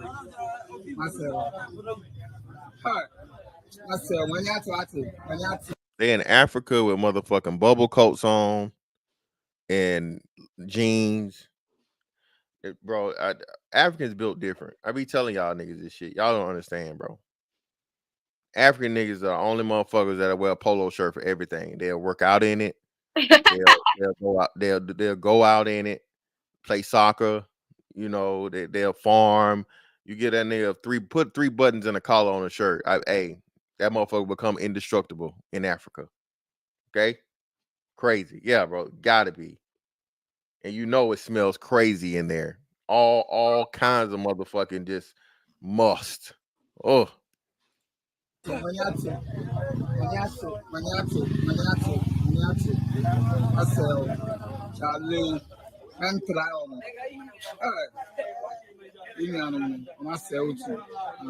Not the red. Oh my God, not the red bandana. That's enough of that one. Gang, y'all got these niggas gang banging internationally. International gang bangers, Lord Jesus. Let's take it back to prison. I don't know. Do you know who this character is? I have no idea who this is, but they say he's some kind of rapper or whatever. You know who this guy is? I don't know because I know who he is. I have no idea. I'm not familiar with Chicago rap. Yeah, but this nigga got hit with a fucking wrestling move. Nigga got hit with a wrestling move. Listen, bro. Y'all niggas better learn pow. And what made it so bad was you can see when his legs stop moving around a lot. All right. Or whatever. He pretty much knocked the nigga out. All right. So he go stay on top of him, but he's slumped. He barely moving, bro. Listen. Paris, tell him what a prison consists of construction wise. What do you mean construction wise? What materials do they use to make them? In the inside specifically. Concrete. It's nothing but concrete. concrete and steel. Okay, That's it. Concrete and steel. That's it. concrete and steel. Ain't nothing Everything. budging, nigga. The Ain't nothing doors, budging. the handles, the seats, everything. Concrete and steel. Yeah. The bar is hard and it's cold. Yeah. Yeah, you ain't nothing budging but you. Now I saw your comments on this. Was you take this one away? This turned out to be, I just read and found this was a whole publicity stunt too. Oh Lord. Okay, so Sexy Red and Kayla B, who, if you guys don't know who Kayla B is, that's King Von do nothing ass sister. Because the only reason why we know her is because this bitch called herself King Von's sister. Found out that they were related right before he passed. And so, yeah. She takes Chief Keith's pendant on his chains and puts it in her panties. Now, this shit was a whole promotion for her video, Fuck My Baby Dad. But her and Chief Keith been in the media for about 3 weeks or so now, talking about that they weren't doing anything. But I mean, it's obvious there's something more there, because I mean, why would he even be okay with that? Again, listen, at this point, like you said, I don't trust none of this shit I see, for real. All this industry shit is, like you said, it's about clout, it's about clicks and views, it's about, you know what I'm saying, building up something in order for you to make a bigger play. So yeah, I'm not even really surprised. But like I said, when I looked it up today, and I guess she came out and revealed that's what it was, I was like, okay, well, it makes sense. Because, you know, they gonna share this nigga, we gotta share this nigga, all this type shit they were saying. But it did make sense that they actually were having a, what do you call it, a promo for it. It made sense that they were having a promo for it, but I think the issue is, it's like Sexy Red's behavior is one of the things where even her promos don't just seem like it's just a promo. You get what I'm saying? Like, even her trying to say she's promoting something doesn't necessarily make me feel like that is something that she also wouldn't do. Yeah, exactly. Yeah, she's so outrageous and she's so fucking, like, just, you know, out there. It's like, oh shit, yeah, this shit might be real too. So yeah, you can't put, I don't put nothing past fucking Sexy Red. Any woman that comes out and brags about, you know what I'm saying, having multiple STDs and then, you know, I mean, she said in the interview she was sexually assaulted. It's like, wait a minute, shawty. Wait a minute, I ain't come here for that. I ain't want to hear that. Yeah. And bills to pay at home, and then I have to tax out and tip on what you didn't even tip on. Well, everybody else has to tip too. Okay, but you paid 2 bills and left $3 for $55. I didn't pay 2 bills. I paid. Look, I hope your parents teach you better. Now, this shit right here for me. Listen, man, fuck you and your tip. All right, tips aren't mandatory. And when y'all do this shit, bro, especially like you said in shit like this and so on and so forth, do I tip? Yes. Certain places I don't tip, I refuse to tip. But you know what I'm saying? For the most part, I don't even have cash on me like that no more. Nobody really I don't carries either. cash. I don't carry cash. I was telling my mom that, like, I don't carry cash hardly at all. It's just it's no need to. But I don't like the shit about the tipping, because they try and make it seem like if I don't conform to some shit that you want to do, then this makes me broke. It's like, no, I am an adult who has always felt like I was only primarily solely responsible for me. That does not change because you come out and you want to have a good time and order some shit where you feel like we should be splitting the bill. I'm not responsible for you. Yeah, man. That shit right there is just crazy. Now this one right here, man. Y'all niggas, y'all had to take it too far. He ain't lie though. People mad at LeBron because his son got on his team, but was happy when D Wade told his son was sucking dick. He was sucking dick. You ain't never lied. You ain't lied. You ain't never lied. You ain't never lied. You ain't lied. Hey, no lies told, man. No lies told. Listen, man. Shout out to LeBron James again, man. LeBron gets dad of the century for me. Does his son deserve to be in the league? No, he does not whatsoever. But we can say the same thing about Giannis Antetokounmpo's brother, and that nigga still been on the roster for I don't know how many years running. Okay, he even got a ring. Not LeBron James, my bad. Giannis Antetokounmpo's brother, okay, has a NBA championship ring, bro. All right, off the strength of what I'm saying, his brother pretty much been like, hey, as long as I'm here, he's here, type shit. Okay. All right. So if Giannis can do this, and not even half the time LeBron been playing and all this other shit, right? So on and so forth. And impact wise, you know what I'm saying, not close, right? I don't have an issue and problem with LeBron doing this for his kid. All right. Yeah. Don't have a problem. All right. I do not have a problem with it. I got a problem with it being on my team and us being the one to lose the goddamn draft pick. But as far as listen, man, nothing but the greatest praises and everything for this man, bro. And then people, it did open up a this is another thing too. I don't think people understand.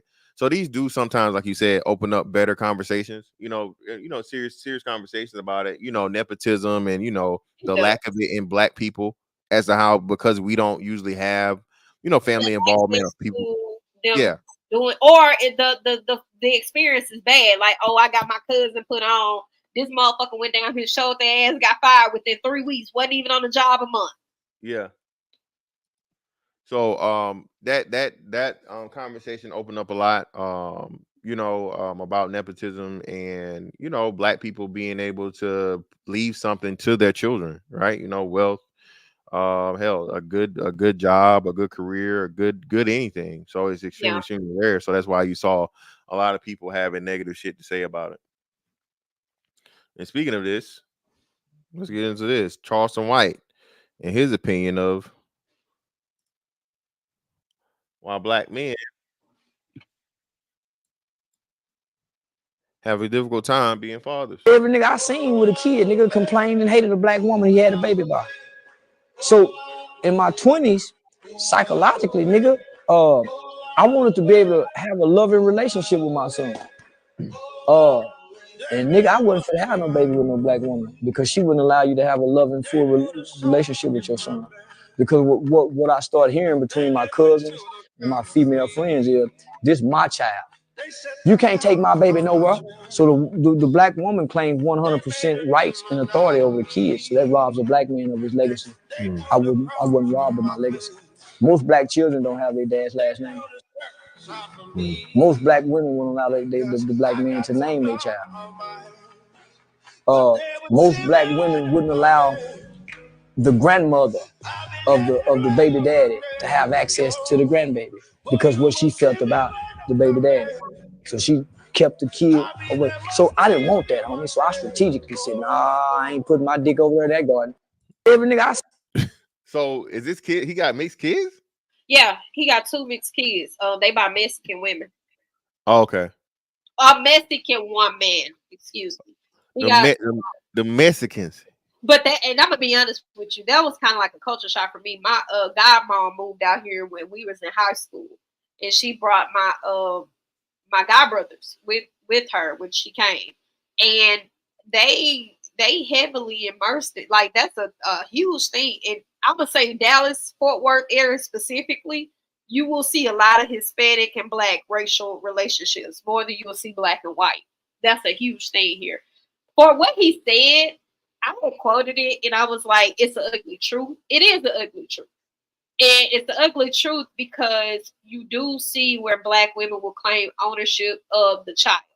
And you even see tweets where they justify having to protect the child from an inconsistent dad, regardless of the mother's behavior. And the response is, regardless, you still got to be a parent. It don't matter. It does. All of it does. Because when you're talking about a woman like Tia Kemp as an example of a Black parent that he's referring to, when she speaks, she say, that's my motherfucking child until some money involved. Yep. That's how she talks. When you seeing a woman like Tia Kemp, or a woman like Mama D, or a woman like Tokyo Tony, or a woman like Mama Jones, when you seeing these women that just come out of nowhere. And when you're talking about the relationship barrier, the only thing that I absolutely wholeheartedly don't agree with is that, for one, I'm not a black woman like that, so it's not applicable to me. And I wouldn't put myself in a position to have to even feel like that. If anything, take your kids and y'all go about your business.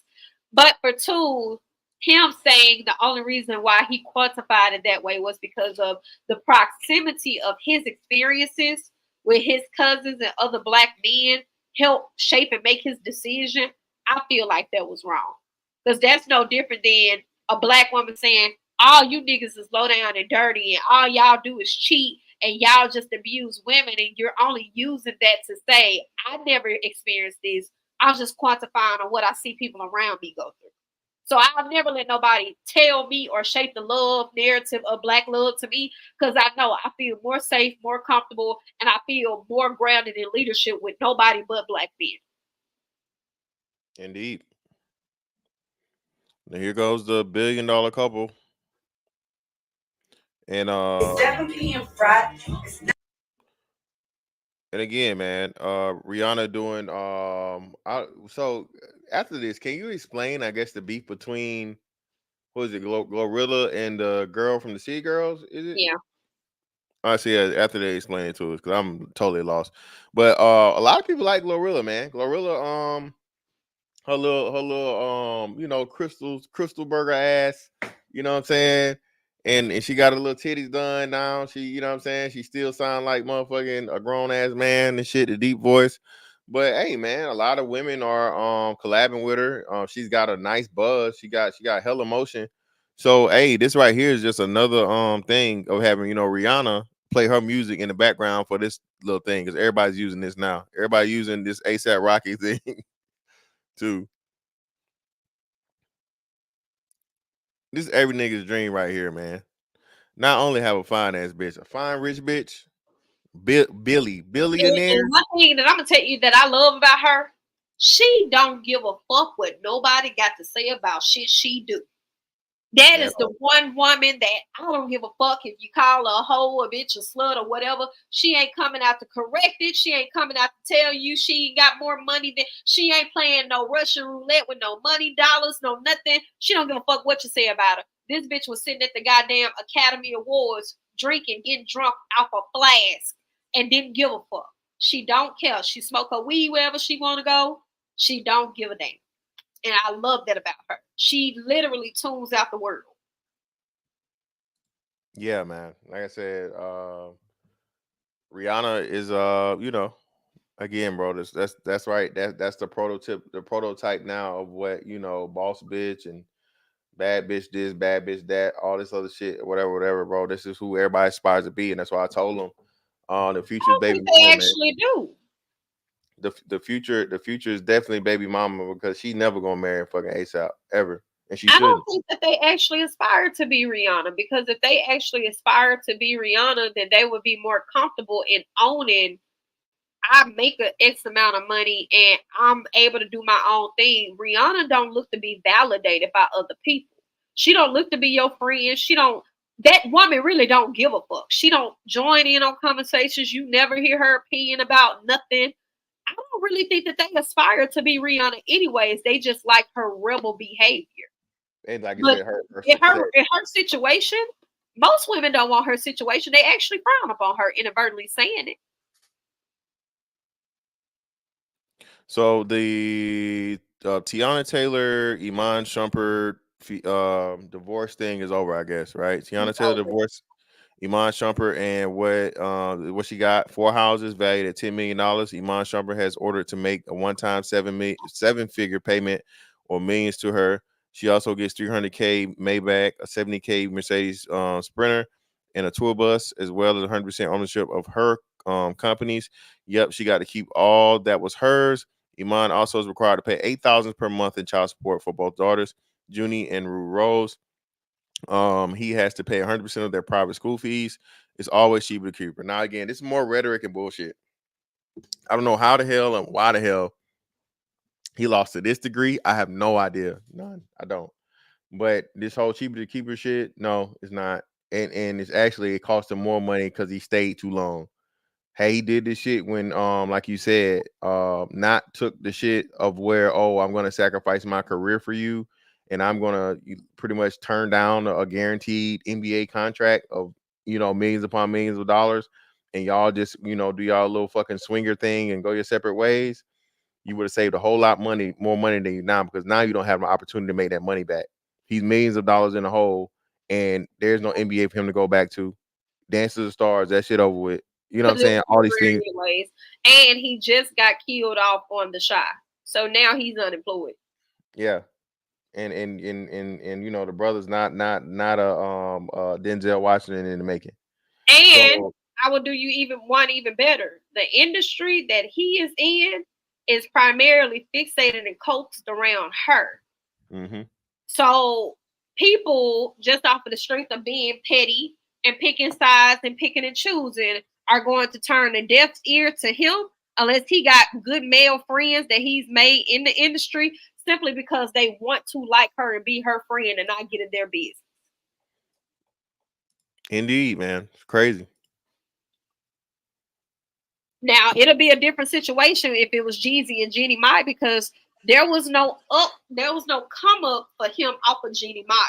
In this particular situation, the way that it was phrased and the way that it came out, it made it look like he was a bitter ass black man who couldn't deal with her success.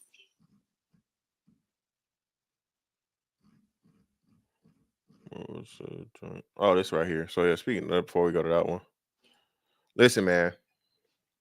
No means no, nigga. Okay, no means fucking no. And this nigga right here, bro, just embarrassed everybody. This is why more niggas need to get beat up. Okay, more niggas need to get beat up because of niggas like him. Now, because people was talking about fathers, right, and niggas not having dads, and then you know what I'm saying, I finally ran across and this what right it was here. about. I should yo, nigga Braun dubbed my picture. You heard? I'm about to make his shit dumb hot. I'm about to make his shit dumb hot, nigga. Everybody pull up. Everybody pull up right here. You heard? That nigga having lunch right here on mommy. Walker Street. You see his cars right there? That nigga right here. Everybody pull up. That nigga pull up right here. Ashevois. He's sitting down right there, nigga. Let me see if I can get the nigga. Hold on. I ain't trying to make it hot now. His security dub my shit. I'm on some creep shit. I'm on some TMZ shit. But yo, if y'all want a picture with LeBron, everybody pull up here right now, nigga. Right now, he eating lunch with Dwayne Wade. Y'all niggas better pull up right now on bro. I ain't trying to make it hot, gang. Swear to God. Y'all pull up right here right now. Yo. Yeah, man. This whole shit, bro. Niggas like this need to be beat mercilessly. It's just lame, bro, because it's like them people still human. And then you talk about you love them, you respect them so much, but you would literally betray and I hate to bring it back to relationships, but if you would do this for a man you have watched and admired and said that you have a level of respect for, imagine what you'll do to a bitch in a relationship. Niggas don't be understanding that shit, man. Niggas imagine do not what be understanding that shit. Woman who ain't fucking with you like that, you will terrorize them. Because he tried to make it seem like where they were, even with them having security, they still can be put in a threatening situation. You tried to give away where they were. They're out there with security. They're not blasting where the fuck they are. These are public celebrity figures. These are not just anybody. Why would you do that? You did it with ill intent and malice, solely because you were not getting the attention you felt like you deserved. From another grown ass man. Another grown man. Niggas are the worst groupies, man. That shit has been true for forever. Like even Jay-Z and the celebrities that say that, they say, man, you niggas be worse than the hoes. Y'all be knocking hoes out the way just to get a picture to dap you up and all this other shit and so on and so forth, man. Shout out to Chronicle. About like that shit's so lame. Like you'll just give a nigga fucking address away just because he won't take a picture with you. Grown ass man too. Ain't nobody even put their address out. Now, This right here, literally just happened. I think what last night or some shit that got posted last night. Let me see what it is. Yeah. Yesterday. Wow, man. And again, if I play the fight and shit, they're gonna try to strike it, but fuck it, we'll roll with it. Let me see where we at. Okay, cool. Oh, I better back it up. World star! World star! Back up. Anybody yelling World Star in 2024, I'm out. I'm done. I'm the other way. Okay. Anybody talking about World Star in 2024? All bad. All bad. My man, back up. It's going down. Hey! Now, see people that never been on a Carnival cruise, right? For one, it sucks. Right. That shit fucked up my PTSD. But nah. So basically, you're on the boat and they have food. They serve food for certain hours or so on and so forth. And I think they said late night they may have something like pizza or something going. It's not 24/7, but it's like late to like 1 or 2 in the morning, right? So you go grab some food or whatever, and then if you want to hang out on the deck or you want to go to your room, or you know what I'm saying, they have poker 24/7, games, stuff like that you can do. That's what you do, right? Thing is though, like you said, bro, you're on a boat. All right. You're on a fucking boat. So some shit pop off, shit get crazy, so on and so forth, bro. I mean, you know what I'm saying? You're stuck there until the fucking Coast Guard comes. Yep. Pretty much. So I hope every last one of these niggas, okay, he got, and I promise you, when they got these motherfuckers, they locked their ass up, they put them in handcuffs, and they escort their ass off the motherfuckers. They had the Coast Guard come escort your ass off, and I promise you this: the Coast Guard come get your ass a federal charge, Fed charge, baby. Those are government dollars, all right, not just the state. And your ass will be banned from motherfucking what's name for however long, and that fine should be hefty as shit. I'm sick of you niggas making it harder for black people. Sick of y'all. Sick of it. Y'all niggas done been showed your ass on land. Your ass all every in the air. Let's say in the air, every spirit fucking flight, every frontier flight. Y'all damn near about to fuck up Southwest. All right, y'all niggas come. You fuck up South. You gonna have to fight me, nigga. You start acting up on a Southwest flight. Hey, you go. Hey, it's gonna be worth it. All Man, right? I've always said I don't give a fuck what level of disrespect going on. You cannot get me upset on vacation. The moment that I get in my Uber and I make it to the goddamn DFW terminal, bitch, I don't give a fuck what's going on. If they ain't telling us it's no terrorist attack, you got it. I'm a bitch. You got it. Catch me when we land. Matter of fact, if that's still on your mind, we can figure it out then. But when I'm traveling, I don't give a damn if I'm going on a vacation with a man. We can have the most worst issues in the world. You cannot get me out my body on vacation. I'm not doing no fighting. I'm not doing no popping off. Bro, I just can't see myself acting like this at all. This some shit you do at home. Well, you know you can call somebody 15, 20 minutes to come get you. Yeah, it's all bad. Don't do it at all. Because what is making you that mad on vacation? Nothing at all. And of course, niggas had the nigga. Yes, good for nothing. What have I found but a bunch of trifling, shiftless, good for nothing niggas? What have I That's what it is, man. You niggas, man. Messing it up for everybody. Niggas can't even get on the boat. Hey, man, links in the chat if y'all come up. That's pretty much the weekly review. That's Sunday. We done wrapped the Sunday review. Yeah. We wrapped it up, man. If y'all got something to talk about, you know what I'm saying? It was like this Sunday. It wasn't a whole bunch of ruckus going on the internet. You know what? That's what I realized. Like this week was kind of light, but I guess it was like, you know what I mean? You had it was big things, but like not a lot of talk around it. The debate stuff happened. So what's your take on the debate? Did you watch it at all? I did. I got a degree in poli-sci, pre-law, concentrating in pre-law. My daddy wanted me to go to law school. I'm tempted to. I'm trying to see because if I'm in a position of being like mom, Paris, then I'm not investing in a law school if a baby comes up. But what I thought of the debate was, first of all, I don't like a non-traditional debate. I feel like if you have to make accommodations for the president, then they probably just shouldn't be the president. I also didn't like the fact that there weren't fact checkers there. I think that that's a very huge part for the everyday average American who is not prone to listening to anything and dealing with the realm of politics. When you're talking about what's true or what's not true, that was very much so a necessity. And there was a lot of dancing. It was always going to be a lot of dancing. But if you're asking me who debated better, Trump debated better. He was more prepared, more equipped. I'm not here to push off who people should vote for. I'm not in the business of telling you who I'm voting for. I just know that I am going to exercise my right. And I feel like people should vote in the direction of what you feel like is suitable for what is best for your everyday life. I will say I did not like how Biden responded to the black issues, but I loved how he responded to Roe versus Wade. Trump lost me when he talked about Roe versus Wade.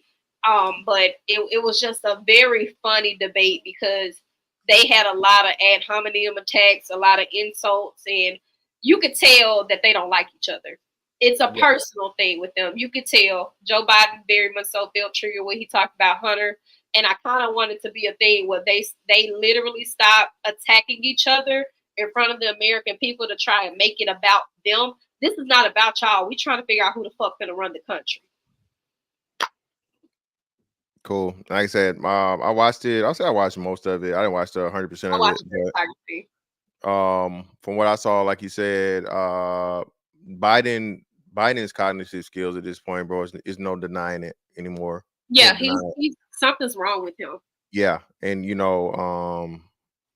Trump's points and things, and like I said, where they try to blame Trump for things that happen, but then you're not giving the context of COVID, and then deliberately how you guys didn't give him the money that he was asking for, and then you turn around and spend like what 20 times the fucking money that he was asking for. You turn Literally in the fucking war, because he told you like y'all. I mean, COVID to me, it wasn't a real good realm of what his capability was in regards to him being a president, because it was a special situation. So and it was towards the end of his term, so that's the even worse part of it. It was like, and I personally don't feel as if, regardless of who you would have put into office, it would have been a fair measure of their capabilities, because it was a specialized situation. So, are there things that I fought Trump for? Yes. Are there things that I feel as if he could have done better, or like things that I wouldn't have wanted as far as a presidential candidate? Yes. But I can also say, I don't care who you put in office during COVID-19, it was going to be things where it just wasn't going to be fit for the American people. I don't feel like Biden would have pushed money back into the economy the way that Trump did, because that's never been his MO. Even now, they talked about getting another stimulus going out into the economy. Biden said the American people need to go back to work. We're not giving no more stimuluses. So when you talk about what the benefits are to each, they both have their successes. They both have their failures. I just feel like the presidential term for COVID, you were never going to get the perfect president, regardless. Indeed. Wiseville, what's up, fam? What you got for us? Hey, what's going on? So you all talking about the debate. So yes, I did see some of the debate, and I agree with you all. Joe Biden looks terrible. I mean, this is I don't know how Roland and them still are defending this dude at this point. I mean, I don't know what he's gonna do this year. I mean, he doesn't have a George Floyd or a COVID to ride off of this year. So I guess I'm trying to figure out what he's gonna do to rally other than I'm not Trump. Right. Yeah, because that's all he rallied off of last time. Last time he just kind of stayed in the basement the whole time and just waited till election. No, the last time, well, yeah, you're right. The very first time he went up against Trump, his whole premise was you can get another Obama. And then when he went up against Trump the second time, it was like, well, y'all had so many people die in COVID. You seen what happened. Do you want him to do this again? And it just so happened it fucked him because January 6th was right there. So, like now, I guess the premise of it's going to be is, do you guys want a criminal, a felon running this country? Yeah, and then also I remember when the COVID stuff was starting to happen, remember he wanted to block travel from China, but then they said he was being xenophobic. But I mean, Trump not lying about them fucking tax tariffs on China. And in order for us to even come out of the deficit that we are in with China, high tax tariffs on them would be more beneficial to us. Yeah, so people gonna kind of ride with who they riding with, man. But people were still making excuses for Biden. I just thought that was wild. I mean, I don't know what the hell mega care is. I'm gonna tell you now. I don't give a fuck who the president is. They lose me every time they talk about what they doing for black people. I don't care who it is. Anytime they talk about black votes, black rights, black community, anytime that come up, that is a very key factor that shows me how much they are actually separated from black people until it's time to garner for a black vote. Yeah. Yeah, now they did. I know Trump talked about the immigration thing, talked about the crime that, some of the migrants are doing. So I did feel like he kind of got him on that point where he could have really went in more, honestly. True Hype, what's up with you, fam? What's good, man? Can't complain. Hey, I appreciate y'all, man. Like, man, did you see the people after the fact when they're trying to play cleanup after the debates? Not the commentators, but the people they talked to the next day. And there was that one black dude, man. He had like the Coke bottle glasses. Mm-hmm. He said, "Yeah, after that debate, I'm voting for Biden." I was like, "Man, come on, man. Just stop acting like that's the thing that swayed you, man." I can't stand when people be like dishonest. I would much rather people being like, "Yo, I'm steadfast in this, and I'm voting for this dude just because." You know what I'm saying? I would respect that a whole lot more. Well, again, man, I think that's one of the biggest things. Like Paris said, the issue and problem is black people still have a very, very poor understanding of what politics is supposed to be. And we were raised to, stick party lines and so on and so forth, and actually understand what the politics is supposed to be for. Again, you have other groups of people to where they literally breed and raised politicians. You know what I'm saying? That's what you're going to be. You're going to be a senator. You're going to be a congressman. All these different things, so on and so forth, right? So, and then this what's the government going to give me type shit? When no, it's not what the government is going to give me. From a subsidy standpoint or government assistance or any of those things, but rather how's the government going to help me make money? How's the government going to help me be less dependent upon it? Right? That's what people don't give Trump the credit for. Black people especially. We had the lowest unemployment rate. Black men, black people. Black men especially. I don't want to misquote. I know for a fact it's black men. It may have been black people overall. Black men had the lowest unemployment rate during Trump's presidency, and it wasn't no motherfucking carryover from none of the shit Obama did. Again, like he said, all those things that he implemented as for, like you said, digging in oil here, actually exporting oil for the first time in I don't know how many decades. A lot of things, man. America was actually making money, and then on top of it, like you said, they was finally getting people for the first time, these other countries, to just stop leeching off of us and having us pay for everything to help them pay somewhat of their fair share. So again, man, all those things are facts. But again, Trump racist, Trump, criminal, Trump, all this other bullshit. So, Trump. But okay, let's go with that, right? So Kamala Harris during, the initial run up before Biden got the nomination, right?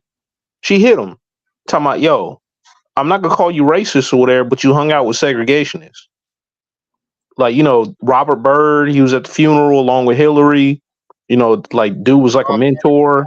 Strom Thurmond was his mentor. And yeah. Like these cats were mentors of this dude, man. He ran as a Dixiecrat when he was the youngest senator. And the dude, I'm just like, yo, man, come on, man. You've been in the Senate for like 50 plus years. You need a whole week preparation to look that bad. And then you know, when you call out stuff like that, people get mad at you. Be like, oh, you in the tank for Trump? Like, no, look, that don't look right, man. And then to act like this is brand new, this is not brand new. He was hiding in that basement the last time, man. But you know, hey, he's more popular than Obama, so I'll just leave it at that. Yeah, Robert Byrd was a legit Klansman.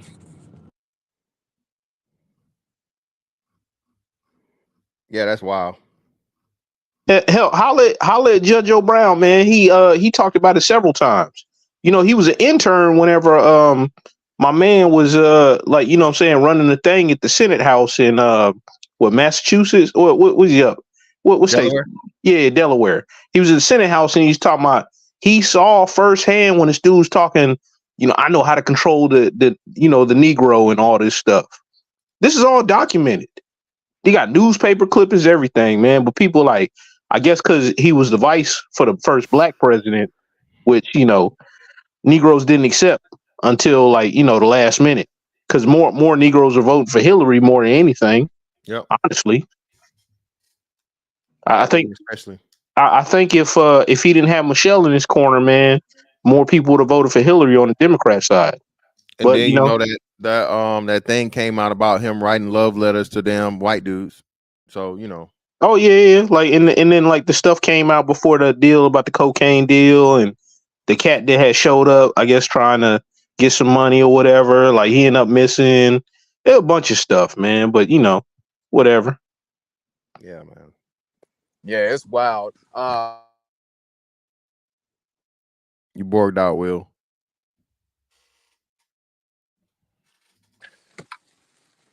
Will, you there?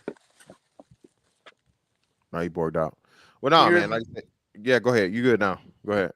Yeah, so basically it was a video that kind of went somewhat viral where the stepdad basically took the boy to the barbershop and then the real dad went up that too. Shit. That's what I knew. I knew it was something. Yeah, go ahead. Talk about that. Go ahead. I'm gonna see if I can find it. Screaming at the dude and like, yeah, it's my fucking son. Next time I swear I'm gonna start swinging. And dude calls the baby mama and she's like, well, yeah, I mean, you didn't do it. And the whole stepdad thing. But I think the worst part of the video was the black dudes that was in the background instigating.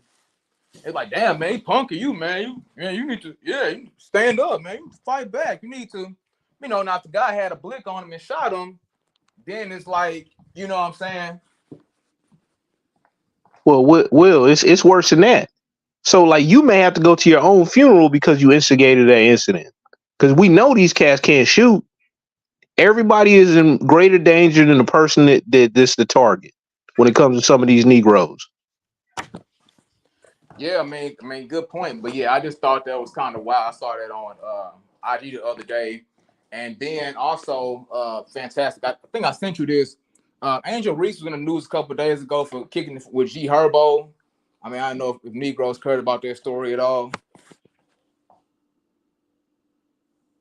Yeah. That was. I think that was last week though. Was that this week or the last week? I think that was last week. I don't know. I ain't know if y'all talked about it last week. Nah, but yeah, that too. That shit was crazy. The whole G Herbo, Angel Reese. Yeah, again, bro. It's just that just happened after the whole Julio thing. It was like Tuesday, but no, we didn't. So it was a week then. But I don't really think it's much of nothing with them. I just think it was probably one of the things where he trying to attach himself to her because she popping and hiding. That's his city, and he just showing her around. I don't think they fucking off. Because he wasn't just with her. He was with somebody else, too. What the fuck is this shit? Okay. So, yeah, I only knew about it because the Star Report talked about it the other day. So, I didn't know if it was a thing or people talking about Angel Reese's image and, 1 minute I think she was trying to do OnlyFans or something. Who? Angel Reese. I don't know nothing about her doing OnlyFans. I thought she tried to make like a mold or something of her.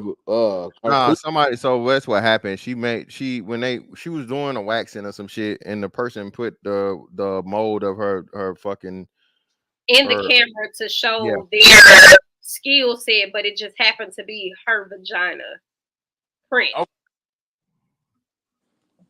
Okay, so I know people just the whole image thing, and I mean I don't know if it's a good look for the league, and you got the new publicity now with Caitlyn and Angel. So But that shit was old. That's why people need to learn current events too, because the only reason why that came up was because she felt uncomfortable being sexualized as something else. And it's like, you can't marry these other points because the person who posted that was a person who she was paying for a service from.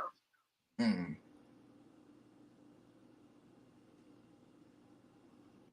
Yeah, and then last thing, I came in like at the middle of y'all first story. I don't know, was that like a TV show or what was it? Where she was talking about dude was small and. Oh no. So it was I don't know if it's a TV show or not, but I guess it's like To Catch a Predator, just a lower version of that type shit. Not To Catch a Predator, To Catch a Cheater. Cheaters. My bad. Cheaters. It's like on some cheaters type shit. Okay, I just didn't know what it was, but yeah, I just thought it was I always thought it was kind of funny how the whole body shaming thing never applies to men.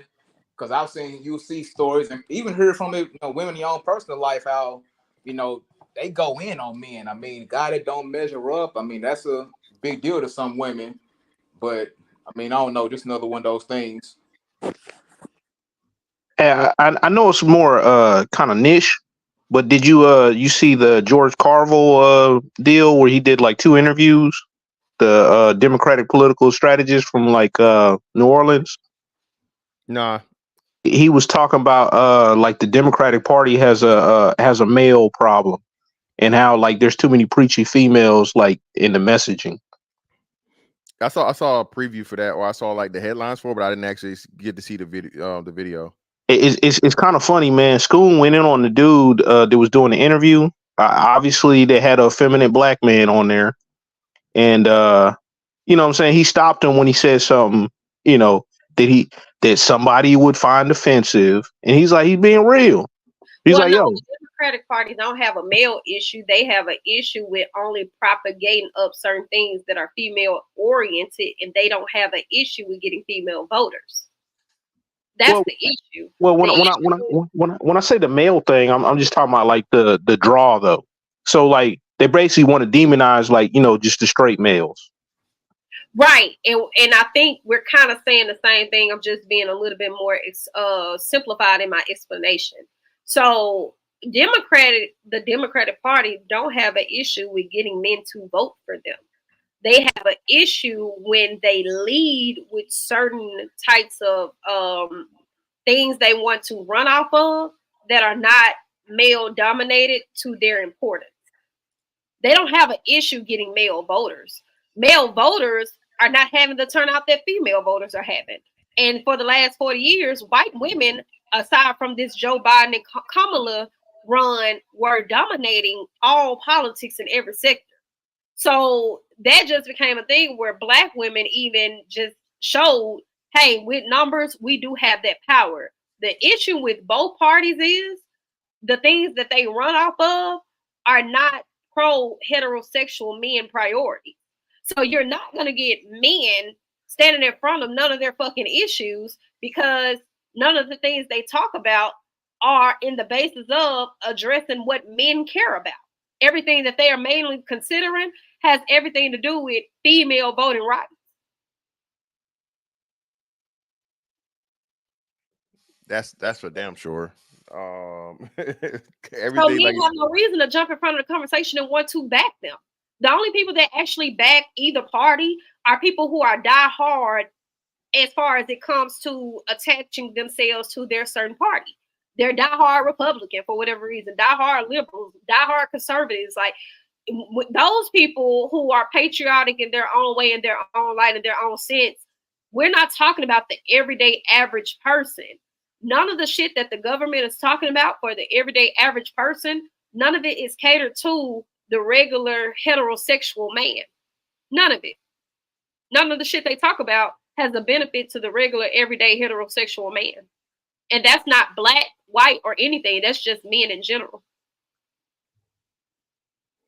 Yeah, men don't care about Roe v. Wade, or it doesn't affect them as much. Y'all don't give a fuck about anything happening when it comes to the immigrants, because close the border for what? Like, what is that doing to affect you? You're talking about safety precautions, but the only thing you're coming up with to say people are in danger is you denoted right back down to a woman. oh, a woman got attacked by an immigrant.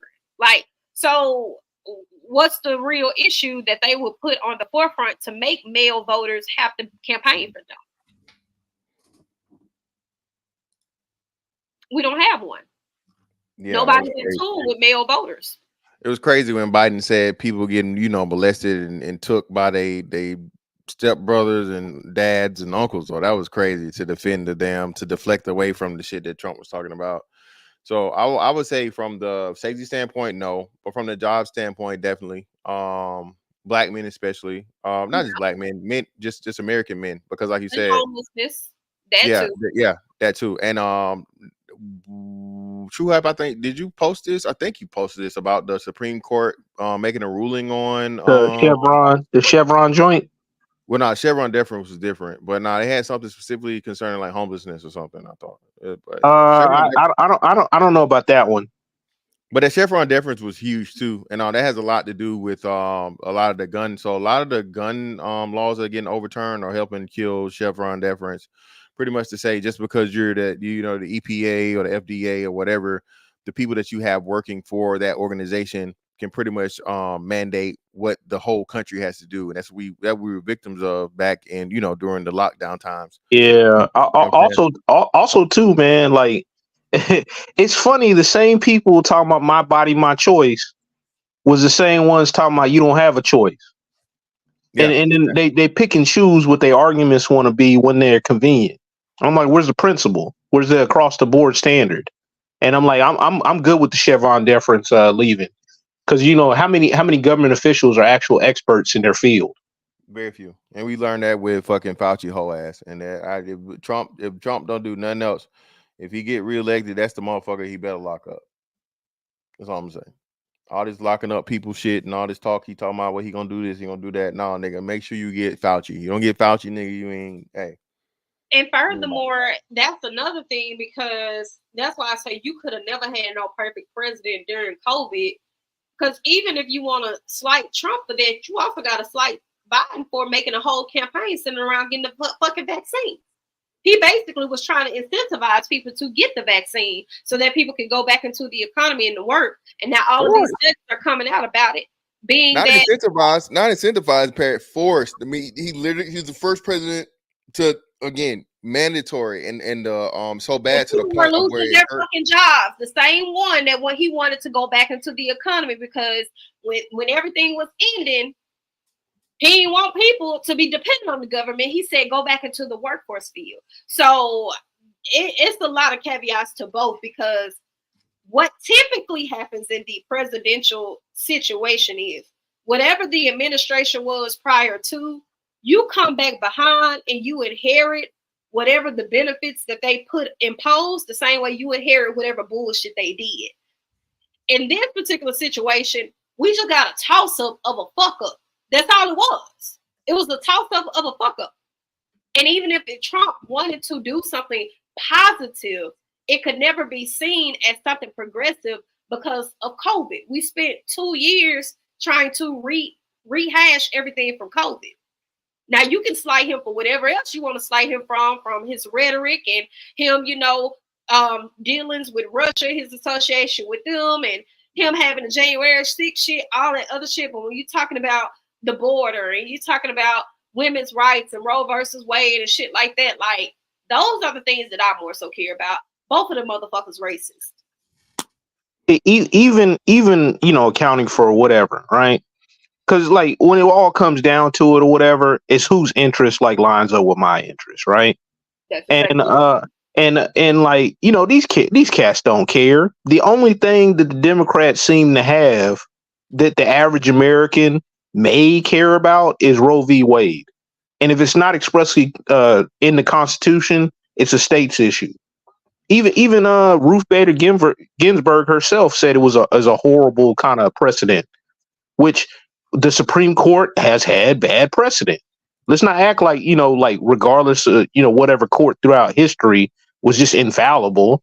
Plessy versus Ferguson happened during the Supreme Court. And it actually set back, businesses that were going to naturally integrate anyway, many, many years backwards. But what's the one joint? I know you talked about the Chevron difference. There was something else. Like I'm gonna think about it. I'll come back. Okay.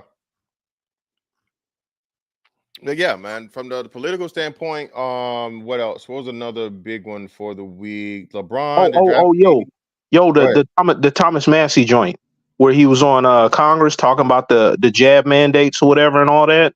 That was just this past week. He released like 30 minutes from like the longer excerpt, and he was talking about how they didn't do any research on certain things when they made these mandates, and then people ended up stepping down or getting fired when they were trying to fast forward to get rid of the EUA stuff and make it, because they had the mandates like hanging up, and it had to get to a certain process to start the mandates. And Listen, man, they just Yeah. had a girl that gave it, what's the name? The Army said something. I posted it in the, what did I post it on? I posted it on something. But the Army pretty much admitted that, you know, a person received a vaccine injury, right? And you know, one of the things that it had to do with was directly and for certain, you know what I'm saying, a byproduct of that.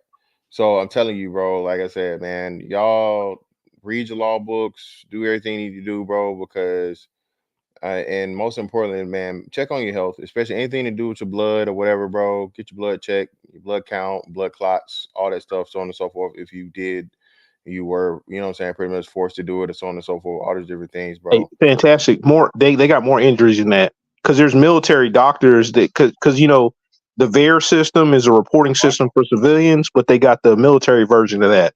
It's actually more accurate. They shut down the lieutenant. He was a Navy lieutenant that pretty much had the data and the information. So yeah, I know, bro. And the female captain or major or something like that too. Like she almost got chaptered out because she wouldn't stop talking. She's like, yo, I took the Hippocratic oath.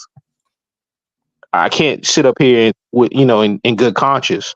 And one of the Thomas Massey things that came out is like them cats was like, yo, you knowingly ignored the safety signs that are telling you to stop. Wow, and that this was in testimony this past week or whatever. Yeah, shout out to True Hype for the 5. Appreciate you, brother. I just saw Sexy Red calling man her brother and then alluding to sleeping with him, Chief Keith. Yet these people lie, acting like they won't share men. Listen, man, she literally said she gonna share it. They sharing this nigga, even though it was like a whole. Yeah, it was a fucking. He wouldn't know. Yeah. Nobody, was hiding it. He said it. Shout out to True Hype for another 5. People mad at the term black jobs, but will stay talking about black business, black excellence, and black wealth. Bro, tell me about it, man. Shout out to Chief Rocker. This for the weed man for the 10. Appreciate you, brother. Shout out to the Black Rook. Oh shit. Shout out to the Black Rook, man. I greatly appreciate you, brother, for gifting 10 memberships. Well, yeah. That's $25,000 alpaca. You block that shit. Right. You don't rubble. Put the club soda on there. You're too down with the gangy. You're one of my members. Shout out to Chief Rocker for throwing 10 pairs his way with the super sticker. And shout out to Roscoe for the 5. The jab was fast tracked under Trump. Excuse me. The jab was fast tracked under Trump, and he was advocating the vax, and he basically threw the January 6th people under the bus in the debate. I don't see where he threw them under the bus, but I would say this. And how did he throw them under the bus when, again, this is what I say, right? And Roscoe, you're the original Roscoe, right? Shout out to Roscoe. A1 Day 1 in the building. Roscoe, this is the thing with that. So he fast tracked the what's the name, but he didn't make the mandates and he didn't make it mandatory. That was directly in what Biden did is that then you turn around and well, Trump is the person that authorized it. Well, if Trump didn't authorize it, now what? You let Fauci come out here and lie to the people and tell you there's going to be hundreds of millions of deaths. You know what I'm saying? A million people are going to fucking die. What president is not going to do something? And then, like you said, too, it's some 10-4 Tuesday shit that I'm not going to get into because, then we start talking into how they have the fucking vaccine ready in 6 months. Not even. You feel what I'm saying? So, and it's COVID-19 and we were in 2020. You feel me? So, again, man, it's a lot of, let's just say, questionable things that play into that. But if you're saying you're going to blame Trump for fucking the whole outcome, that's wild, bro. With him being just a year, not even having a whole year of anything to deal with it, and he was never for shutting down, and he was against the fucking senators that fucking shut the shit down. I agree. Another thing too, people don't talk about the executive order that he made. He made for to give the what's name the power, and then Biden kept rolling it over and kept rolling it over. I blame him for that. He fucked up on that. But then at the same time, like you said, man, you got to look at the whole lens. And you got to see, like, you know what I'm saying, the shit that was, you know what I mean?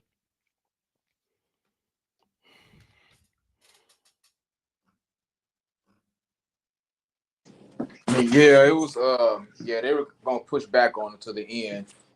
Unfortunately, I didn't take the vaccines. I know I had a lot of pushback from people in my personal life. Shout out to you, bro. It and oh man, you need this, and you know to trust the science, and well they fast tracked it, so they said it's okay. But I'm like, I mean, yeah, but it's, even if they did approve it, there's plenty of things that we were told was good for us in days of old that aren't now. That scientists have came out now and be like, well, no, you didn't need that, or now, or actually, it's bad for you. There's been things that have come out over the years that we found out is bad for us. So I don't know why people act like, because scientists say it's so-called okay today, that it won't be tomorrow. Hey, I love how they had Steve Harvey up here, yuck, and telling me, you know, I'm foolish for not listening to these people, or whatever. When they have every incentive to sell me on this thing, not really for my health. Because I remember, like, I got lied to by a doctor, and I got a strained relationship with a couple family members because of this stuff. Because I wouldn't take it, and the doctor's like, "Yo, you'll never be able to see this person ever again." And I'm like, "Yo, I already had it. It doesn't natural immunity count for something? Oh, it doesn't work as long as you know, other forms." I'm like, man, that's a damn lie, man. Yeah, man. That whole thing, like you said, bro, was just a real messed up situation. Unfortunately. And hopefully, like you said, 20 to 30 years from now, we don't pay for it gravely. That's all I'll say about that. Yeah, they already started bringing the rappers out. I don't know if you see E40 and Fat Joe perform the other day. Nah. You didn't see it? Yeah, it was that what was it called? It was an event they was having. Yeah, they brought out E40. It was Biden's rally. It was one of Biden's rally. But that shit don't work no more. You can't just keep trying to go get fucking rappers and shit like that to try and be a voice of appeal for black people. We don't give a fuck about what they gotta say. Them on Twitter, they say something crazy and we cuss them out. Hey, vax that thing up. Yeah, God damn, E40. Like, damn, it's never that bad. Like, well, y'all already know how I feel about fucking E40, man. Get him out of here, bro. E40 ain't bad, man. I can't do it, man. I can't do it. I can't do it, bro. Cannot do it. Bless you. Thank you. But nah, man, yeah. Outside of that, man, let's see what else is something else. The barbershop thing was crazy. I didn't show that clip, but listen, dog. A man that's taking care of your kid is willing to take it. And I know we shit on stepdads or whatever, bro. All right, listen. A man that gets with your baby mama, you know what I'm saying, child's mother, whatever relationship y'all are on, right? And takes your child out, man, and treats him like his own, bro. There's no reason for you to hassle that, man. Okay? Whatever beef you got with the baby mama, you know what I'm saying, with the kid's mom, that's y'all shit. Don't publicly embarrass that man. You know what I'm saying? And then most importantly, show your son you know what I'm saying, how to dishonor, how to be disrespectful, and how to just be, you know what I'm saying, on some hoe shit over your emotions. That shit that Buddy pulled in that barbershop, bro. And what made it even worse, I hate these fucking yeah, man, ass niggas, man. Those are the worst niggas ever, dog. Niggas are just worse than hoes when it comes to that. You got your phone out and y'all egging it on like you really want something to happen. So you want this man. So lame.